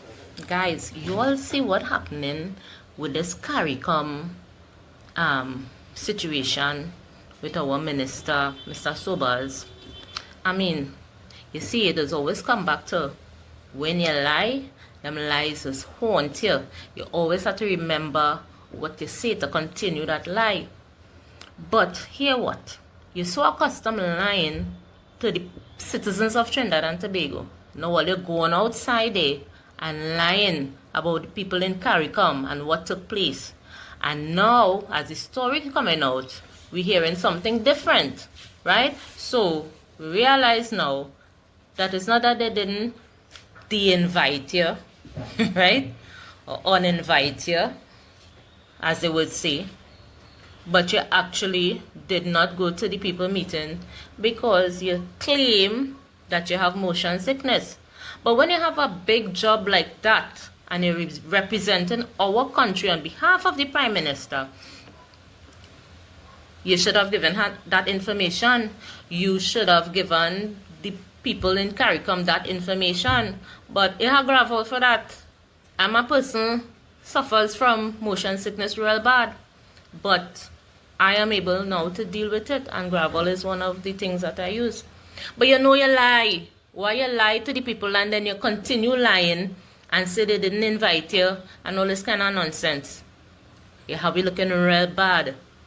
In fact, we're looking worse than before because the Prime Minister done gone and do her damage. And now you going and lying on the people. Right? So if you have an ounce of respect for yourself and for the office that you hold, then you're supposed to come out and speak the truth, Mr. Sobers, instead of studying Pennywise on them. Go and speak the truth and be prepared to resign. Because Trinidad and Tobago must not accept this kind of representation. Right? Because when you go out there, you reflect us. And right now, we are looking too good. Do better than that.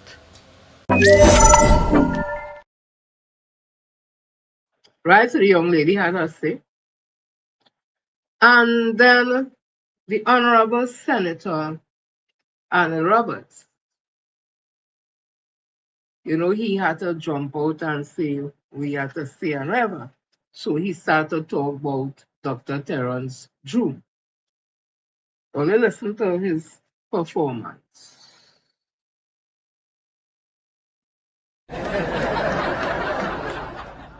Dr. Terence Drew, you are an embarrassment. The whole of St. Kitts and Nevis should be ashamed of you right now. I guess that morals and ethics has a price after all. Dr. Terence Drew, you are an embarrassment. The whole of St. Kitts and Nevis should be ashamed of you right now. Dr. Terence Drew, you are an embarrassment. The whole of St. Kitts and Nevis should be ashamed of you right now. Look. I'm good, how are you? Nice meeting you. Enjoy your carnival. Damn!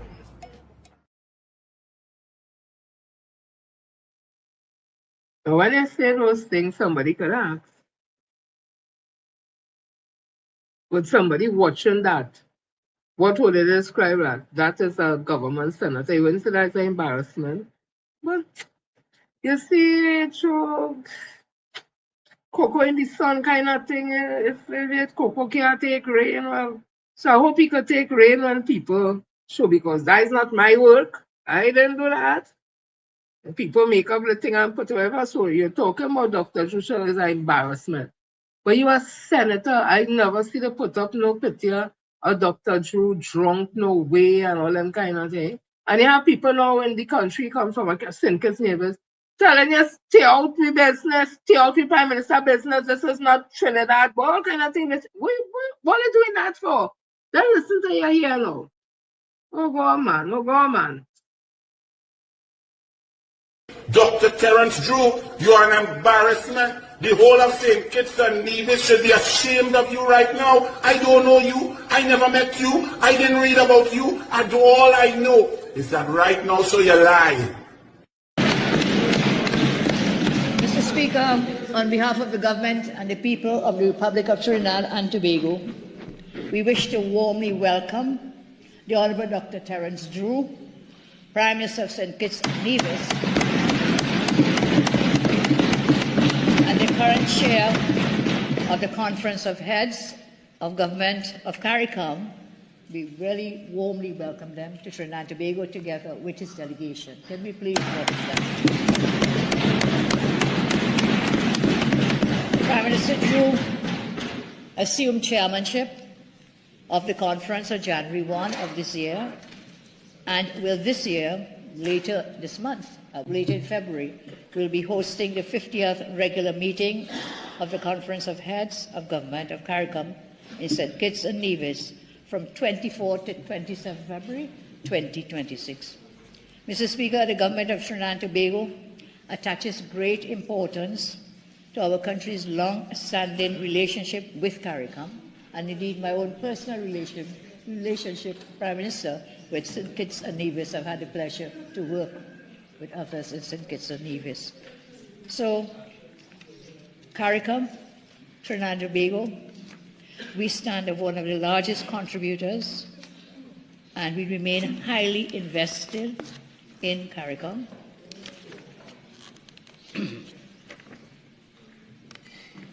We remain highly invested in the region's success and our commitment to collective regional growth and development. As a government, we share the sentiments, warm sentiments, expressed by Prime Minister Drew in his New Year's message to the community upon assuming chairmanship of CARICOM. And those words I quote from Prime Minister Drew: "Our collective strength is greater than any single issue before us." End of quote. While Trinidad and Tobago believes that CARICOM is in urgent need of some transformation, we remain committed to Caribbean unity. I repeat, we remain committed to Caribbean unity. My government looks forward to engaging with Prime Minister Drew and his delegation in productive discussions on issues facing the region. We will both ensure that the work of CARICOM remains relevant to the people of CARICOM. Through you, Mr. Speaker, Prime Minister Drew, though your visit is short, I invite you to come back soon to enjoy the rest of our carnival season. I thank you, Mr. Speaker. We're very pleased to have you with us. Our conversation here earlier together with your team is very encouraging. I am very impressed with your approach in dealing with the CARICOM as you take over the chair. You've taken over the chair, so we welcome you and thank you very much. Thank you so much. So I said I already spoke in the Parliament, but we would like Honourable Prime Minister, he can say a few words so you get his voice, okay? So you're on. Yes. Thank you very much, Honourable Prime Minister, most honourable. I want to thank you for receiving me and to thank you for your hospitality, and by extension to your government and the people, the great people of Trinidad and Tobago. As you know, I'm the chair, as you would have mentioned, and I'm seeking to reach out to all of our members so that we can continue to build CARICOM to stronger and more stable and secure heights that will benefit all of us, on the principles of respect and understanding that each of us is sovereign within the framework. So thank you very, very much.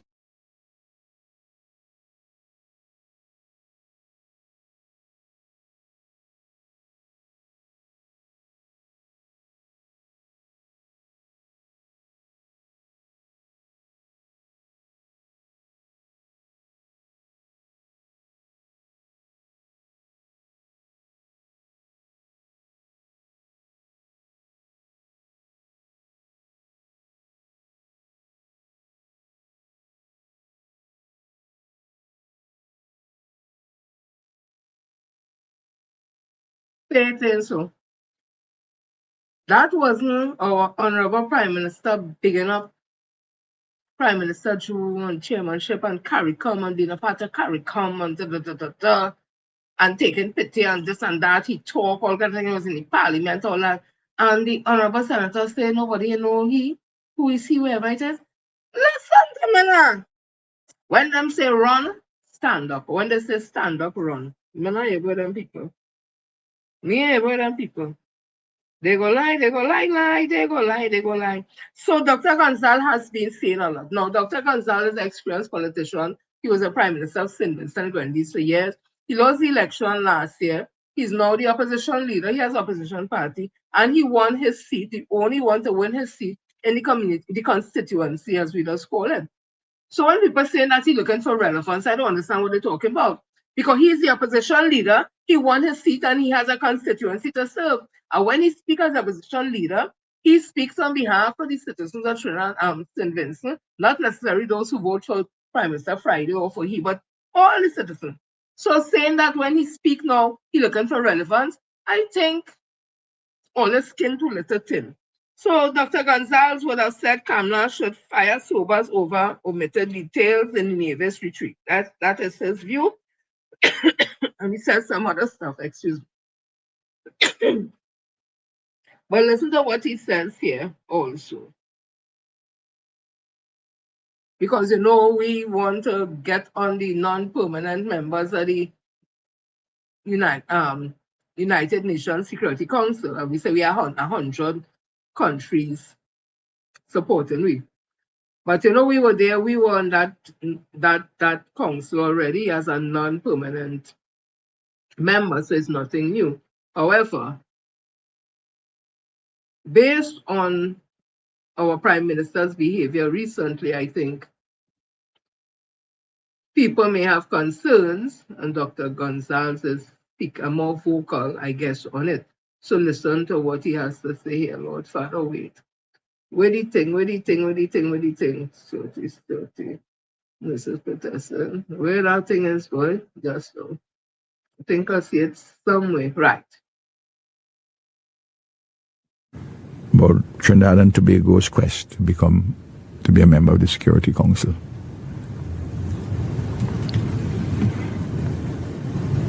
CARICOM has to secure, normally, CARICOM would support the candidacies for international positions of other CARICOM members. But the way Kamala and Trinidad and Tobago government know, the way they have gone and become the principal cheerleaders for Donald Trump, CARICOM has to get clarification from her at the highest level. Because you can't give your support if Trinidad and Tobago is going to bring a resolution to the Security Council or have a discussion when they are in the chair supporting the blowing up of boats. Or just being in lockstep with every position of the U.S. government, contrary to the interests of CARICOM. If she's an outlier on these fundamental questions of global foreign policy and security issues, and also in our hemisphere, she cannot be a CARICOM candidate. The current government in Trinidad and Tobago can't be a CARICOM candidate. And I think that point has to be made with clarity to Trinidad. You can't abuse us. And then seek our support. And then go to Trump for succor with everything. Support everything which they're doing. The Security Council, the 5 permanent members and the 10 non-permanent members. That's the highest decision-making body in the United Nations dealing with peace and security, you know. We were there for 2 years, you know. I know the work it's done. And the current outlook of the government of Trinidad and Tobago could embarrass CARICOM. So they would have to give ironclad assurances. I think these matters have to be spoken about very frankly. She says she wants frankness and openness and transparency. Mm-hmm. Fine. She must get that on that question too.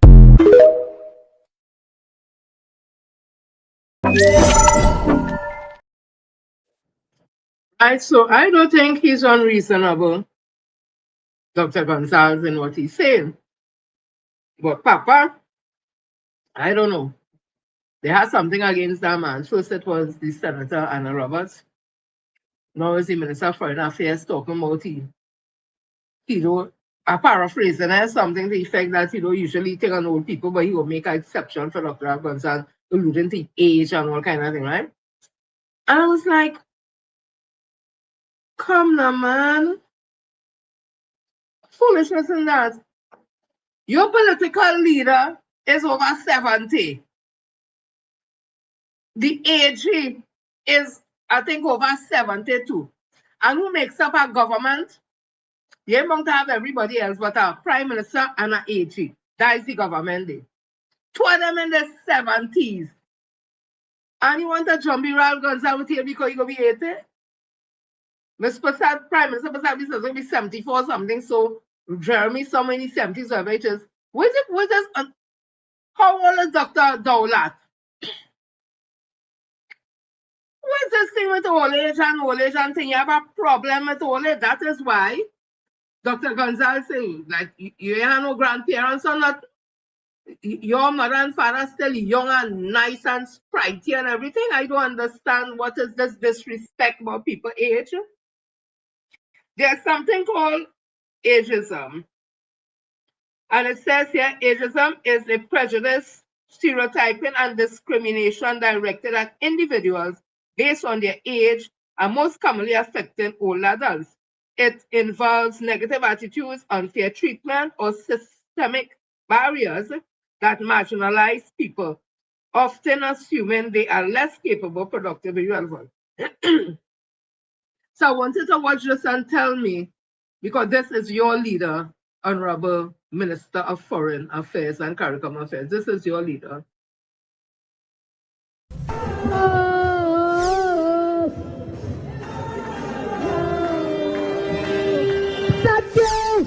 UNC Posse! Good evening!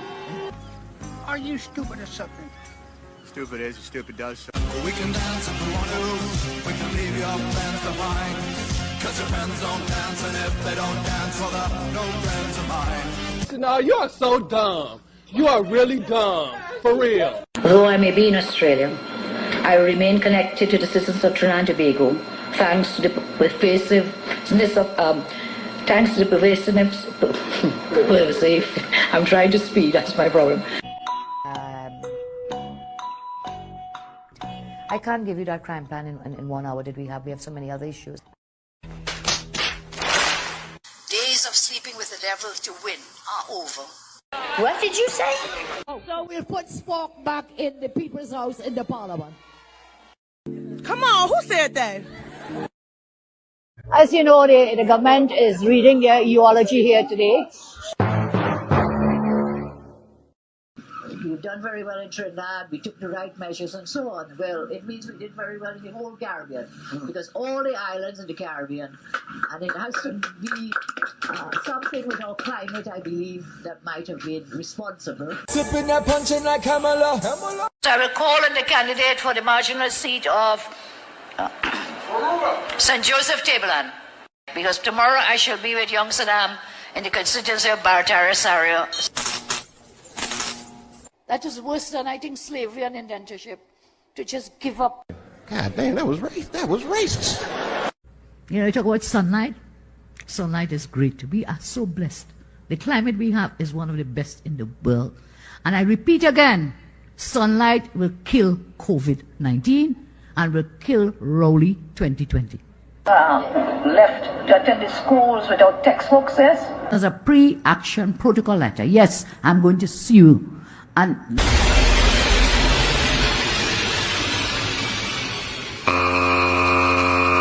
you'll be disenfranchised and you take away their right to vote. Huh? What? 100 years ago in Trinidad and Tobago was a very important time for the labor movement. That was in the year 2019. So you had all the labor uprisings. And those labor uprisings with Butler and others, 1919, yes, I'm sorry. What did you say? In 1919, this was just 1 year after the end of World War II. The utility workers World War I. Mr. Speaker, I am a little... That's so dumb, it makes me mad. It appears as though this Prime Minister will go down in the history as one of the most dumb Prime Minister the people of Trinidad and Tobago has ever had. There's a traitor among us, there's a traitor among us. Traitor among us, he said to them.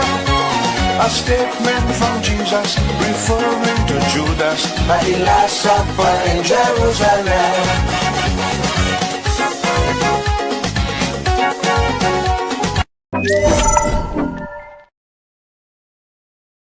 Now remember, these things happen. Nobody make up that, and this is no AI or nothing.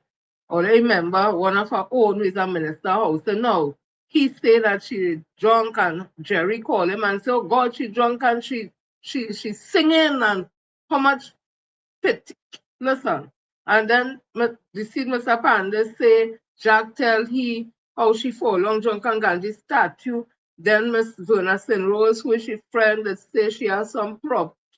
So we are making up nothing. But I'm saying, if you're going to be insulting Dr. Ralph Gonzalez about his age, as though that means he cannot, function, or he's erratic in what he's saying. Look at the things that your leader is saying, and she's in her 70s. Somebody could say that the same thing about her.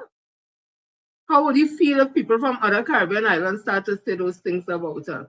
Look at this and all. Queen Elizabeth, too, was more than just a head of state. She was a calm, reassuring voice of hope that stood with the world in tough times. For her years of love, kindness, and dedication to the Commonwealth, we will always be grateful. Today, on behalf of opposition members of Parliament and members of the United National Congress, I offer our sincere condolences to the royal family and to the British people in this time of mourning. Look at this. Additionally, we also have the Minister of Homeland Security, Mr. Robert Alexander. Put your hands together for the distinguished guests we have in our presence.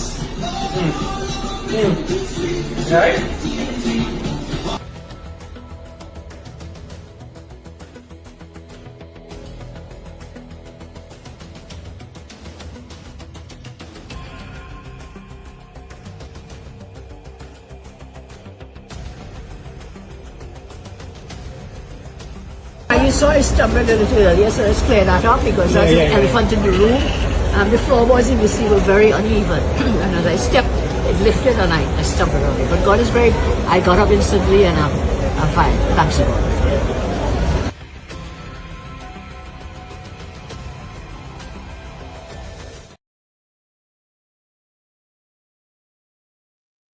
No need for us to play it over and over. I was just trying to make a point, and I'm happy that she was not hurt in that.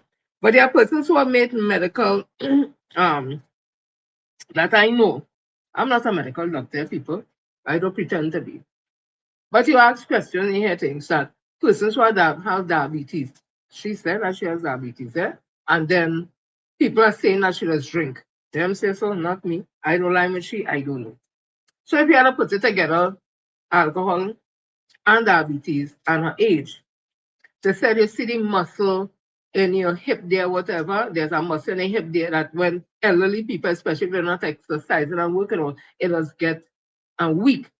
And that will account for the falling down and the unsteadiness and that kind of thing. Not me say so, Papa, I just say. But again, I was just telling our Honorable Minister of Foreign Affairs and CARICOM that don't be, you could talk better than that. Your language could be better than that. This is diplomacy and thing, and you have to talk to Dr. Al Gonzalez, a seasoned gladiator out here. You can't go in no toe-to-toe talk with him. So the only thing you want to think is EH and insult him. And I realize that with a lot of them UNC supporters. Once you put through there, they'll start to insult you. They'll start to insult you just for no need, they'll just start to insult you and call you all kind of names. And it seems to be a pattern, is it that they're getting a directive from their leaders. I don't know, I just asking a question. But Minister Sean Sobers, come man, do better than that. You're representing me on a global stage here. You are the face of diplomacy for this country. Do better than that. You can't look to be fighting no word of war talk with Dr. Al Gonzalez. He ain't gonna win that. He ain't gonna win that. He must kill ranting man. And he age. I don't see he playing football, walking with his grandchildren, thing. I don't see that at all. Godly Prime Minister, I don't see those things. So come now, man, stop that. So I'm seeing now in the, which part is 4 days ago in the Guardian, that this country, the government has acknowledged the legitimacy of Venezuela's current administration, signaling a shift in its previously guarded position on the political crisis in Caracas. I don't ever think that this government was guarded in its response. They never recognized former President Maduro and also Delcy Rodriguez. They never recognized the Maduro administration. I think I was hearing them saying something that's illegitimate. They had to recognize instead the opposition Guaido as the president. So there was none. We say here, guarded. They don't quite frank in what they're saying. But you see, players change, things change. And all the, okay. So they recognize that now. I wonder if it's because of this. Or because of the whole Shell thing and BP and them and the gas and all that. But could it be because of this too? Of all the countries in the Caribbean, you chose Grenada first. Why? It's a neighbor, very close to us. Trinidad is close to you. Yeah, but we have relation with Grenada. Are you going? Are there any other countries that you will be going to anytime No, soon, ma'am? this time. No, in this time. Not at this time. No. So her first official visit as acting president of Venezuela, because she has been recognized by the Trump administration and sanctions were lifted, certain sanctions are lifted from Venezuela. So things are different. After all, it's all kind of thing with the woman who is persona non grata, whatever. Well, let's see, she gone Grenada. And is it because Grenada would have the prime minister when asked to have military assets on the island, said he needed to speak with the citizens or something to that effect. And the citizens came out and they said, no, no, no, no, very politely, very nicely. And the prime minister said, no, no, no, no, thank you, whatever. But Trinidad, closest neighbor to Venezuela, had it stuck like a barrel. First they said road was fixing, it's a fixed road, and all kind of bacchanal. We know the whole story with that. And here she said, Grenada is the closest partner. Grenada is not the closest partner. So you should have listened by her tone to know what she thinks about Trinidad. But if we can heal and mend fences, it will be in the interest of Trinidad and Tobago. So Trinidad and Tobago has taken a foreign policy, and I don't know why they needed to do that, but they are the ones, they know what's best. Trinidad and Tobago foreign policy. Trinidad and Tobago UNC government issued a terrorist blacklist, admits its still ongoing state of emergency, in which UNC claimed to be freezing the assets of resistant groups and militaries in West Asia, like Hezbollah, Hamas, and the Iranian Revolutionary Guard. Me don't know what all that about, no factor. Well, they keep me out of that one. You know what? This prime minister does remind me of the UNC. It's just something, something does make you remember something. There's a term that does talk about pick me. And the term pick me, pick me girl, is an internet slang that used to describe a woman who tries to distinguish herself from other women to gain male attention, often by adopting not like other girls' attitude and stereotyping typical male interests, or by downplaying her own femininity.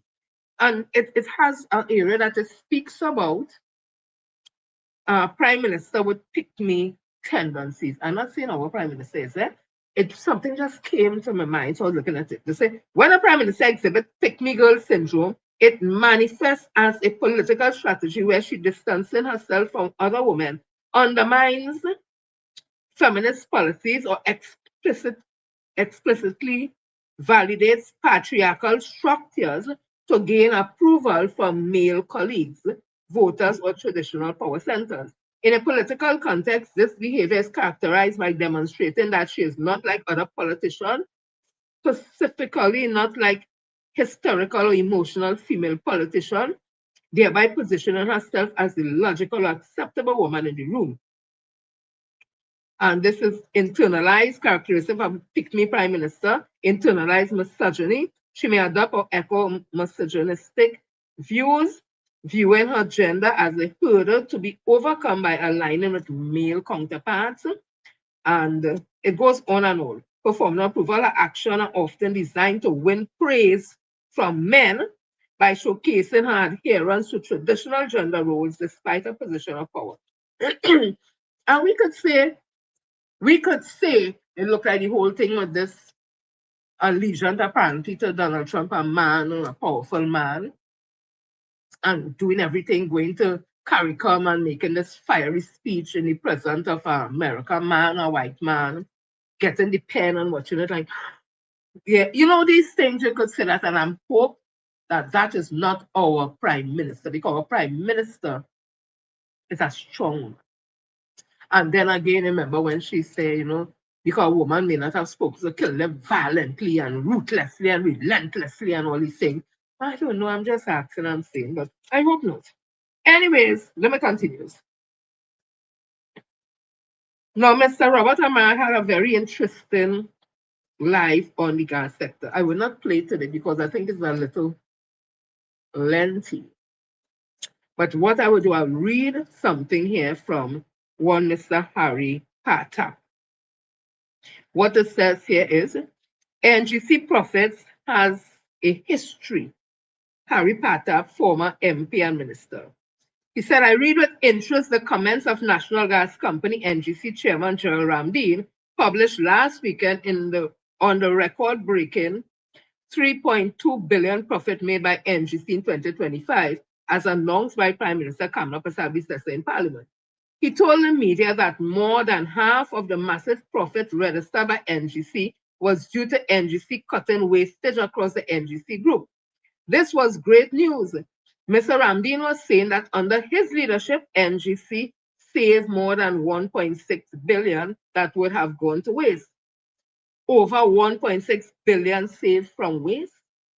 So Mr. Ramdeen would have us believe that the painstaking work done by former Prime Minister Dr. Keith Rowley and former Prime Minister and Energy Minister Stuart Young in restructuring the energy sector over the past 10 years went for naught. Perhaps both he and the Prime Minister Persaud-Bissessar should be reminded that the PNM had restructured Atlantic LNG, renegotiated contracts between NGC and multinational partners, changed LNG pricing formulas, revenue sharing and gas supply arrangements, and more.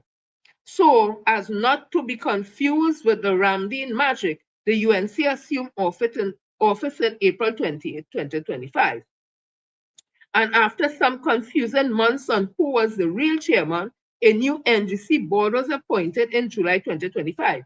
So really, in 5 months, Mr. Ramdeen and his board were able to cut waste by more than 1.6 billion to record a profit of 3.2 billion. Surely Prime Minister Persaud-Bissessar has a gold mine in Ramdeen waste cutting and profit-making abilities. She seemed to have a good candidate to replace the present Minister of Finance and his colleagues who seem hopelessly out of the depth in that ministry. I represent people, I resent people in high office I resent people in high office taking me for a fool. And I am seeing that people, because recently the Prime Minister went real jubilated and excited and announced that NGC make billions and all of them. And we were saying, no, it can't be because gas and these things take 2 to 3 years to 5 years and all that. It's not something that can happen in 10 months and all that. And we saw the work of Minister Richard Stuart Young, SCMP, and Dr. Rowley when the PNM was in office prior to 2025 and the election. And we saw the hard work being put out there. And Minister of Energy at the time, Stuart Richard Young, he would have chronicled these things. So it's there to see. So when I see people, every time they say somebody in the energy sector and they put in a, hey, small pen coming out the top. And he goes, first of all you're fascinated and fixated on a man's genitals tell me all you're sick. Especially man and them. It tells me all they have some kind of tendency, secret tendency, because all this focus on who pin small. Listen. Beckett says small pen will choke hard. And it's a big one, it's useless and wasted as end up in a curve. First it limp. So big ain't always it. But I straight from the point. My thing is, we only talking. Why mustn't he talk? He know how the whole thing go. He put in the hard work, Dr. Rowley put in the hard work. So when he see them want to take tips, like them do something, why you mustn't talk for that long time thing? So I build a whole blasted house, build it up. All you come and do is pop some curtains and you move it like you build house, and I must sit down and say, I'm saying nothing, no? People should know. Not a shit about come out and talk. My MP, you keep talking about the energy sector because you made it exciting. All of we that start to understand how the energy sector going. So look at things. Why he's supposed to keep talking? Because he was there. Watch this.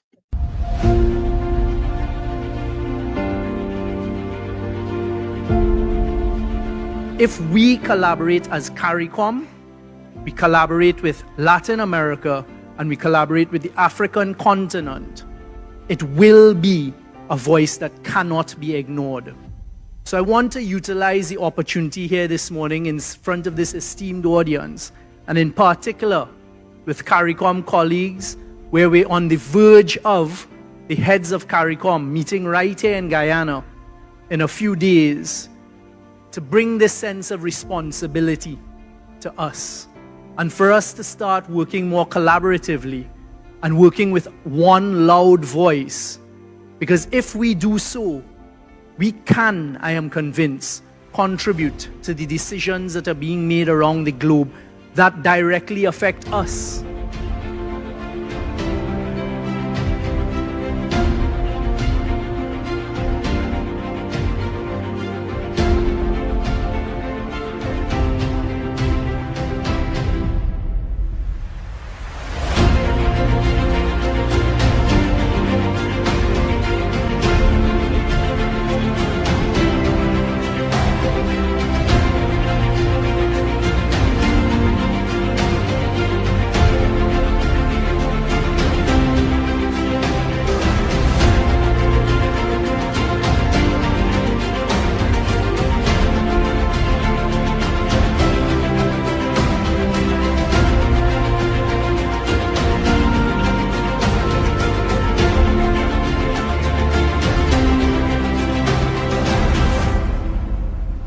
So the booth here that you can see in my background is probably the best booth out here at the Energy Conference and Expo.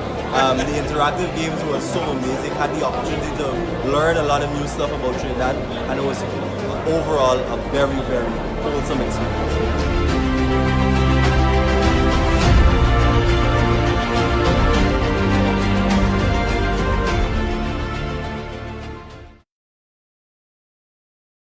Look here again.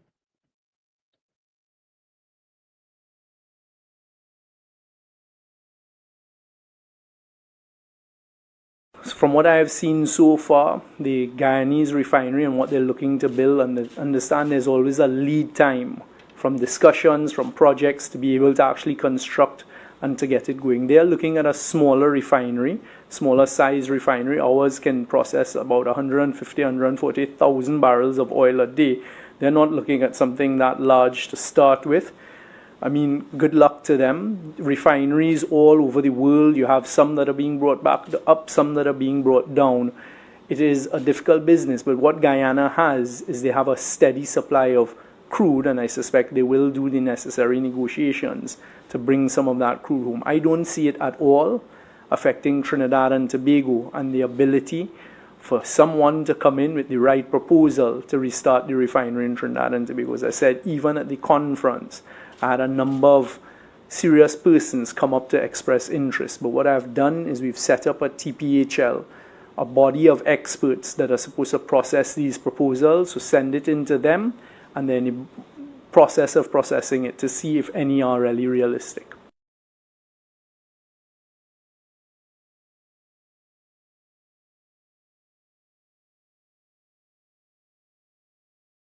All right, let me see this next one here. Just a minute.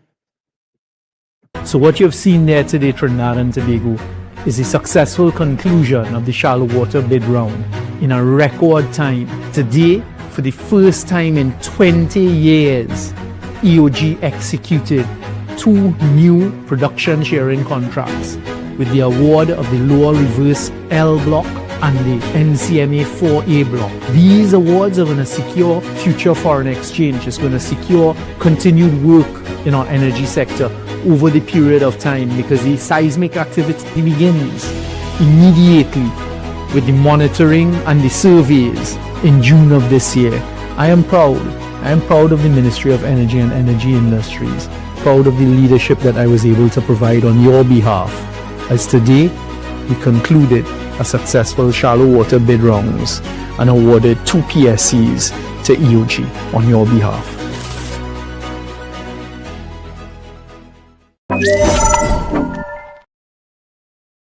But you mustn't talk. All you go there is watch this too. Another historic day, another day I'm particularly proud of, because today we've actually begun the fabrication work for Manatee. Manatee was a project, a concept that the Prime Minister came up with in 2018, gave me the responsibility to deliver. We managed to deliver it. The status and growth of the energy industry in Trinidad is at quite an important moment.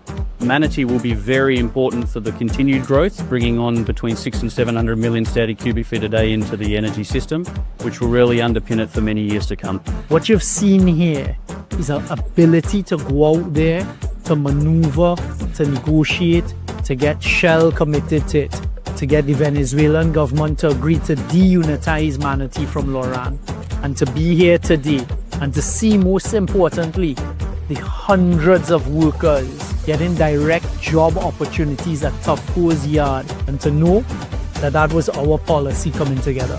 It's a good opportunity to have plenty room to learn a lot about platforms, jackets, piles, fabricating, painting, rigging. It have a wide variety of crafts in here, so creating a lot of employment, and as I say, it trickles down, because when you come and you get employed here, you get your salary, you can spend it throughout the community, in the parlors, the groceries, and it will impact the whole community. I am proud. I'm proud today that we've kicked off the fabrication for the Manatee jacket, largest ever to be done in Trinidad and Tobago. This is your government. This is your government not only working for you, but this is me delivering to you, for you, the people of Trinidad and Tobago.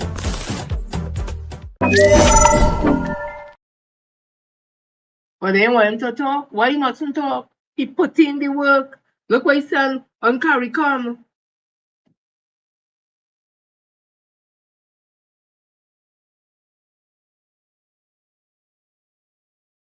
A call made in the past, a call made at several other forums, but it seemed more clarion and more appropriate coming from Trinidad's Minister of Energy and Energy Industries, Stuart Young, as he took the stage at the ongoing Guyana Energy Conference and Supply Chain Expo to deliver his presentation, essentially a call to action for member states of the Caribbean Community, CARICOM, and Latin America. In the aftermath of the vulnerabilities the LAC region faced following COVID-19 and subsequently the Russian invasion of Ukraine, Stuart's call to action is simple but underscores the need for collaboration. Ladies and gentlemen, brothers and sisters in CARICOM, if we collaborate together, we share information, we share experiences, it can only strengthen not only our voice, but it can strengthen our positions as we operate in a very dynamic, very sophisticated world that is a global world of energy. We hold the opportunity right here in our hands to influence this energy security conversation taking place across the world. Stuart pointed to how small developing countries are being forced into a skewed system of resource management, while wealthy developed countries continue to use resources from the region to stay wealthy and influential. Labeling himself as a personal advocate and believer in collaboration, Young told those present in the room on day 2 of the conference that it is a fact that LAC member states hold the opportunity right in their hands to influence global energy security. Together, the LAC region contributes less than 3% of global emissions, but despite this, Young said they find themselves on the cusp of developing countries making decisions that will affect regional states to move to exploit its petroleum, which is in turn seen as an energy source. And let us collaborate together a bit closer. And let us work together and learn from our experiences. And let us have a unified voice as we go forward to ensure that we protect our region. Because one thing I can guarantee you, if there's another global crisis, the outcome and the reaction will be no different to what those 2 first examples I gave you were. One in 2020 called COVID, and one on February 24th, 2022, with the Russia-Ukraine war and the reaction of certain countries.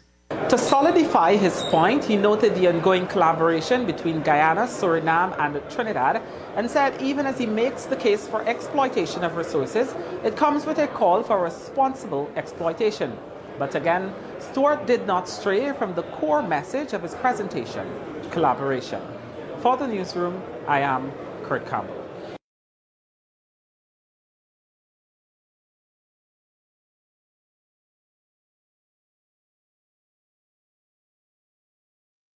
That's what he had as a minister of energy. Very diplomatic, hardworking, understand the space that he's in, knows the work, great negotiator, everything. So when you see the talking and saying things like if them do something, why you mustn't come out and say no? It's we do that, the PNM do that. That what the PNM used to do, don't say nothing. Those people will know, let me just cool quietly and everybody gonna know. Them is long time days. So it had back on the Port of Spain City Corporation. The mayor was on radio today, Mayor Chinwallen. They don't have no funds, they run out of funds because money was not provided to pay the 10% piece of the money and increase in salaries. And they get a letter from the Minister of Finance that came to heads of departments, CEOs and all that to pay the people the money. And if it ain't budgeting in the people budget, financial budget for that year, then they had to pull it from somewhere. And if they pull it from somewhere, then it means other places ain't go get. So he come out and talk about it because Port of Spain in the crisis. He come out and speak about it. But listen also to this first.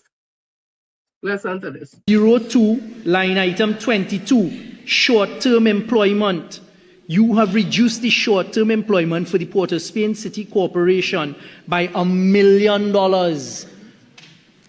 The short-term employment is being utilized to assist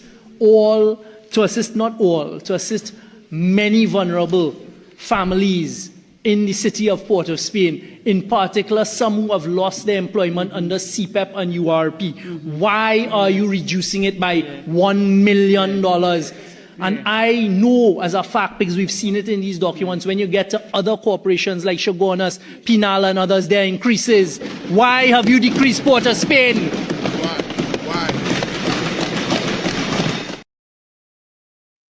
So those decreases that the MP would have spoken about in Parliament, it is a fact based now on the results that is happening in Port of Spain Corporation.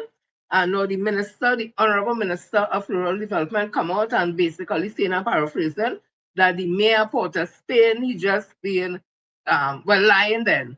We saying it's not true, but the fellow committee, the Mayor Committee documents today on I-95.5, he have the thing down. So if you have the receipts, you have to believe who had the receipts. But it's not only Port of Spain Regional Corporation. I take this from Real Talk with Saidal. It said the San Fernando City Corporation is facing severe financial shortfall that is already affecting its ability to provide essential services, according to Mayor Robert Paris. Operating under tight budgetary constraint, the corporation is struggling with waste collection, essential repair, staffing levels, and routine operational expenses, including overtime for critical services like market cleaning and public health. Procurement has been hampered by outstanding payment, with some suppliers reducing or withdrawing credit. further complicating operation. A mid-year budget review for the 2025-2026 fiscal period projects a shortfall of around 31 million, with gaps in salaries, contracted services, and departmental costs. Paris noted that these issues are common across municipal bodies in Trinidad and Tobago and called for greater transparency and clearer mechanism for the allocation and increases of funds, including property tax revenues. While the corporation remains committed to serving residents, officials warn that without timely financial support and more defined funding structures, service delivery could deteriorate further. Then just now, you see NUGFW settle for daily rated workers. So those who I know amalgamated would have taken and gotten the thing already and everything, ting. I don't know for this new period, if they are part of that, NUGFW settle for their workers that they just represent. So money had to come now to pay them. And if you already have a corporation, because the corporation are daily rated workers in it, I know some of them Porter Spin and things on the amalgamated and thing, but daily rated workers. I know San Fernando also have, I know Miss Emmeline or Emmy Quick or something, so she's the president of that too, so they have to get money to pay them. So I said, let me see we're causing all this fracas. And I'm seeing here that UNC budget 2026 facts, garbage collection, PNM would have in 2025 budget for the Port of Spain Corporation for garbage collection, $21,300,000. Under the UNC, the budget is now $13,267,200. So a cut of about $8,032,800. That is the cut with the corporation. I'm dealing right now with Port Corporation, that the cut they get from $21,300,000 to $13,267,200. So under the UNC, they get about $8 million less. While the Chaguanas Borough, which is UNC, they was getting $12,563,000. Now under UNC, they're getting $23 million. Hear me? 12,563,000. Now under UNC, they're getting $23,700,770. Them get an increase by 11 million plus. For developmental work and road and drain and all that, under the PNM, the Port of Spain Corporation get $19,950,000. Under UNC, for road and drain and all that, they only getting $4,100,000. That is a cut about $15 million plus. While Chaguanas from $17,250,000 under UNC, now they're getting $37,960,000, an increase by 20 million and something change. This is what I feel. I didn't come up with these figures, people. So when you hear the Port of Spain Corporation and probably PNM Corporation complaining about crisis looming, it's because they cut their budget by plenty. And then the budget minister now coming out and behaving a kind of way when the mayor said she was in a meeting with them and she, what? Listen to me, it is sounding good, it is looking good. But I want to ask a question. Is it to starve the PNM Corporation where everything in a mess? Give the UNC Corporation all the money, thing we're going nice. So when the PNM people know, or people in PNM constituency, how nice thing looking in Chaguanas and that, they say, well, here what? Better we vote UNC for the upcoming local government elections, so we corporation and we place can get money and think, is it that is the strategy? I just asked a question. But if people could treat it like dog, just so. Just like how they fire 10,500 CPF workers like dogs, and URP workers and contracted workers and reforestation workers like this, dogs. What do you think? them really considering how they vote for them or they vote for them or whatever. It is because they win by a landslide, you know, and how they're helping the people properly who get them into office. All of them, most of them now on Facebook, cussing. So I still am just read that. So again, the garbage collection, I tell you how it go. They cut down the participant corporation money by plenty. But the mayor came with the receipts, and I'm sure people who listen were able to understand what it is really going on. People are going to keep Olive much longer with this. This is what Olive voted for. Remember this man? They asked him about the conversation that Madam Camille Robinson-Regis had her concerns about HGC and the $3 billion in contracts that they give out for some housing, to build houses and whatever, and like the contract and thing ain't done properly, and like most of the people who get contract like them never build house before and all kind of thing. So she had concern about her transparency and other thing, and she was saying they are the housing developments that need to finish, and if they finish them, it will cost less than whatever, right? She raised that issue in it there.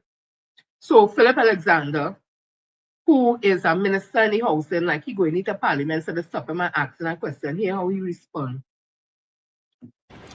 I'm not sure where the lack of transparency would come in, because we operate under the procurement legislation, so everything has to be transparent and above board. I'm not sure about the 2 days that she's asking about. Again, that seems to be splitting hairs.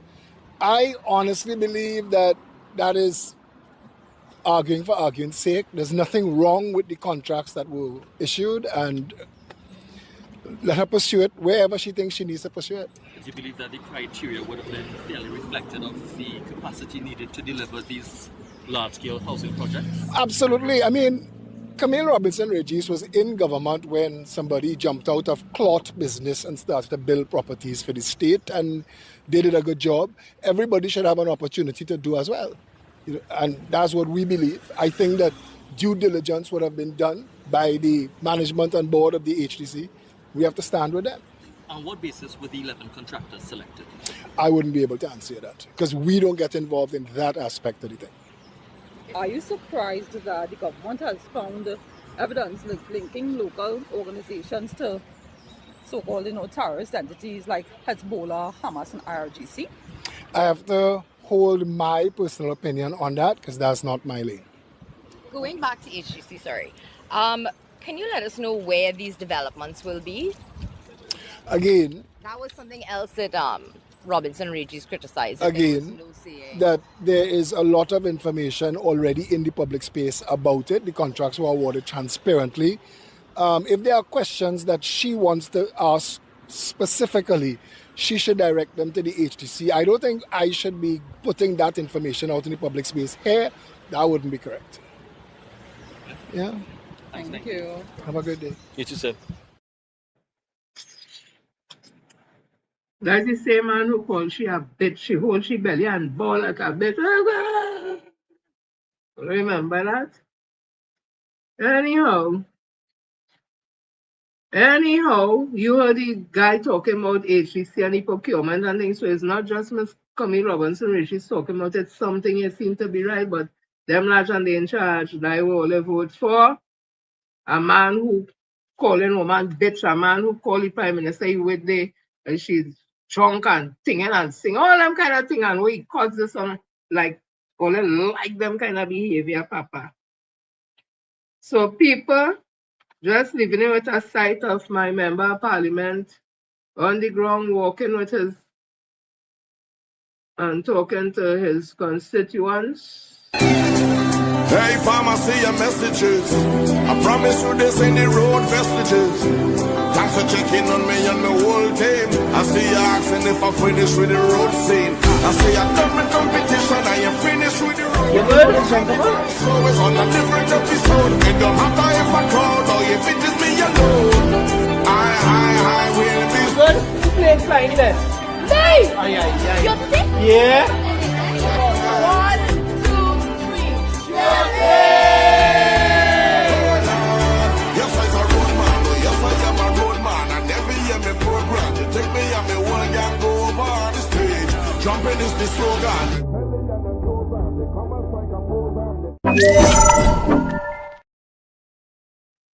I play all the next one, and I play back shortly after. That is all they vote for to get in office. Listen to this. A quick question, please, Good sir. afternoon. I don't talk to Trinidad media. Why? Eh? Why? Because you all don't deserve to be spoken to. All You're right. very biased. But you're not you personally, but in general. Understood. But just one thing that we have on our radar right now that we're following, right? I don't know if it's something that you might be willing to respond to. Yesterday, former housing minister. Damn, that Juss- lady, tell her to buy some more wig. He respond by some more wig. He want to talk about people. This is who want to talk about people. Dr. Terence Drew, you are an embarrassment. The whole of St. Kitts and Nevis should be ashamed of you right now. I guess that morals and ethics has a price after all. Dr. Terence Drew, you are an embarrassment. The whole of St. Kitts and Nevis should be ashamed of you right now. Dr. Terence Drew, you are an embarrassment. The whole of St. Kitts and Nevis should be ashamed of you right now. Look. I'm good, how are you? Nice meeting you. Enjoy your carnival. Damn!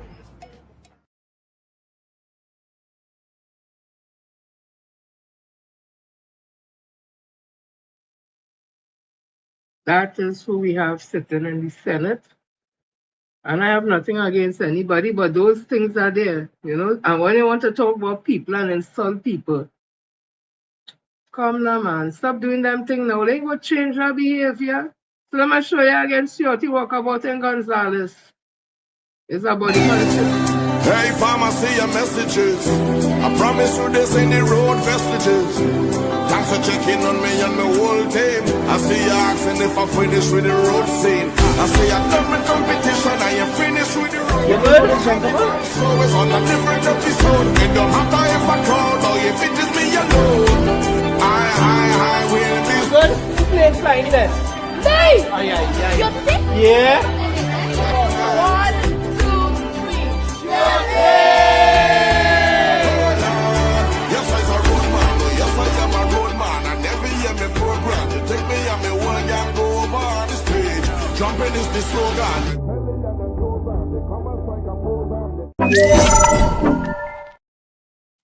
Doing his work in the constituency, defending this country, fighting for this country when he was the Minister of Energy, doing the work to make sure now, unfortunately, the UNC in office, they will be reaping the benefit from his work. But he must come out and say, yes, he do that, nothing wrong in that. Come out and say you do the work.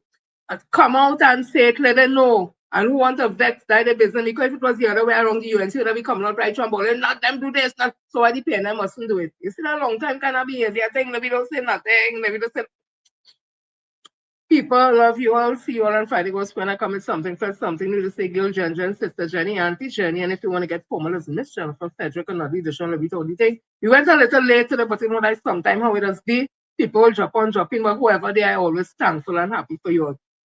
And again, this road that the UNC like to go down in when you say anything about them or ask a question, they can answer, they start to insult you and call you all kind of names. And this thing with Dr. Al Gonzalez talking about the age and all that. There's no embarrassment in getting old, but it has some people, the age, the young in age, listen, I started to song of the woman and the things, so I'm leave that alone. Chronologically,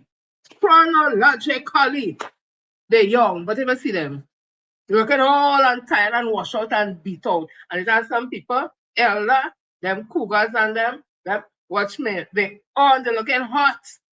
Good. So don't watch nobody on the age and play want to bring them down, because sometimes you might be holding body, but your mind sharp and collective. And the way how they portray your leader, Honorable Minister Carmichael Foreign Affairs, she looking like she all together there. Not me saying so. Look at all the things they put there, right? So let me not be so disrespectful to the age now. Appreciate the elders now who bring the wisdom. Now, I ain't saying young people have wisdom too, but appreciate the elders too now. Work with them and respect them. They might always say the things they want to hear and do the things, but don't disrespect them now. Don't, but you make an exception. And where do you have for? Come on, man, you're bigger than that. Not in size. I'm thinking about in your office that you hold. You're bigger than that. Do better than that. You are the face of diplomacy for Trinidad and Tobago all over the world. Oh God. Right? All easy. So I hope you all enjoy this. See you all Friday. God spare. God, I love everybody all on Facebook, all on YouTube. Love you all. Love you all. Love you all. God. Friday, something new, something first go happen with this government is every single day. Remember 2010 to 15. Take all your vitamins, Take all the energy supplements and everything, Do all the exercise, Okay, I'm going. Remember, you is the one who went about and tell people how Sparrow getting old. And I would like, ladies and gentlemen, that man there's the promoter of the show. He's a friend of mine, but I mean, he go telling everybody, Sparrow getting old. Well, McLeod, I want you to know that age is honor. Thank you. And as far as Sparrow is concerned, age is just a number. I wonder if you can learn the chorus, folks. Can you sing the chorus? Move your hand from your lap when you're talking to me, boy. Get yourself a manager and stop handling yourself. Sit down there with the 2 hands in the lap. We know it. We know it. Should hit you one slap in your mouth and spoil your sex life. Anyway, let me hear you say, age is just a number. You got it? One more time, to be sure. 3, 4. Age is just a number. Okay, now I know you have it. Maestro, take it away. La, la, la, la, la. I want to dedicate this song to McLeod and Granville Baker, my 2 friends. Watch out your mouth before you talk. They say how I getting old, you'll think I Methuselah. Methuselah. I'm sure I ain't getting cold, still hot like a Congo pepper. I still could perform and function, I could handle any action with satisfaction, still guarantee.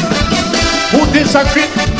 They're telling lie on me. You see, sing the song. Age is just a number, controlled by your state of mind. Maturity is always better, especially if you're feeling fine. You see it? Age is just a number. The golden years can be divine. It's after 68 is over, you could really enjoy 69.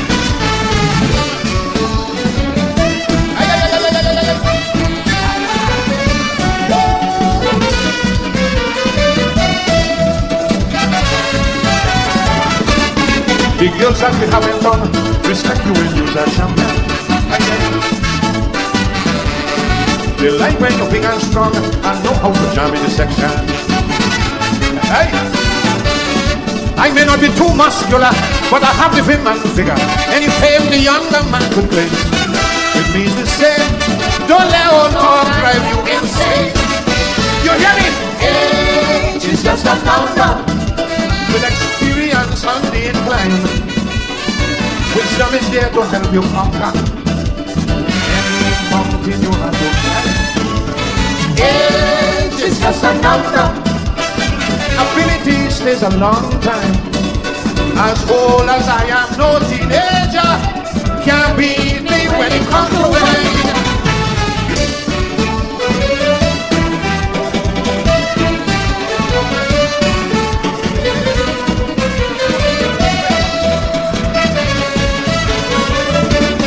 People come to me in truth to find out what is my secret.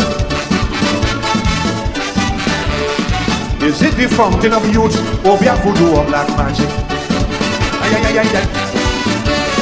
They never believe the answer when I tell them soca fever is what have me always feeling glad.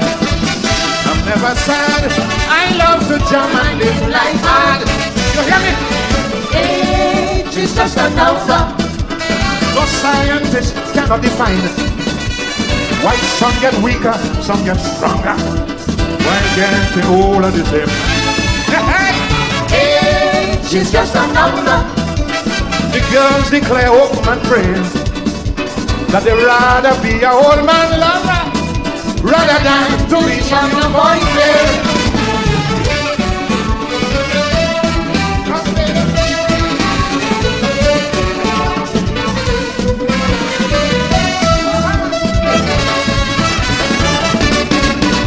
have to judge this book, never judge it by the cover.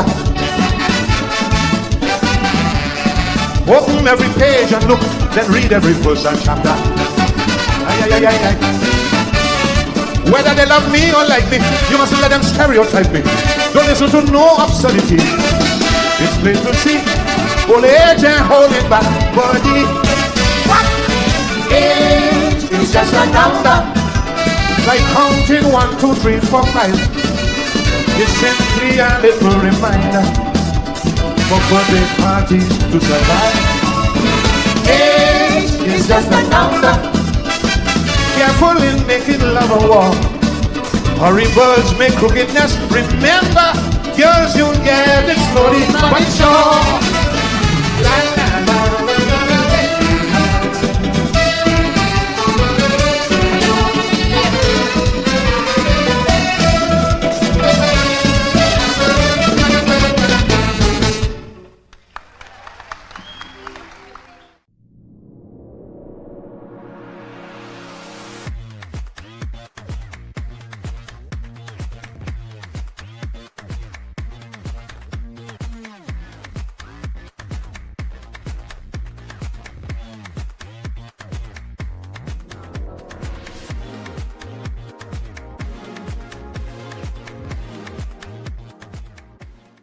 Yeah.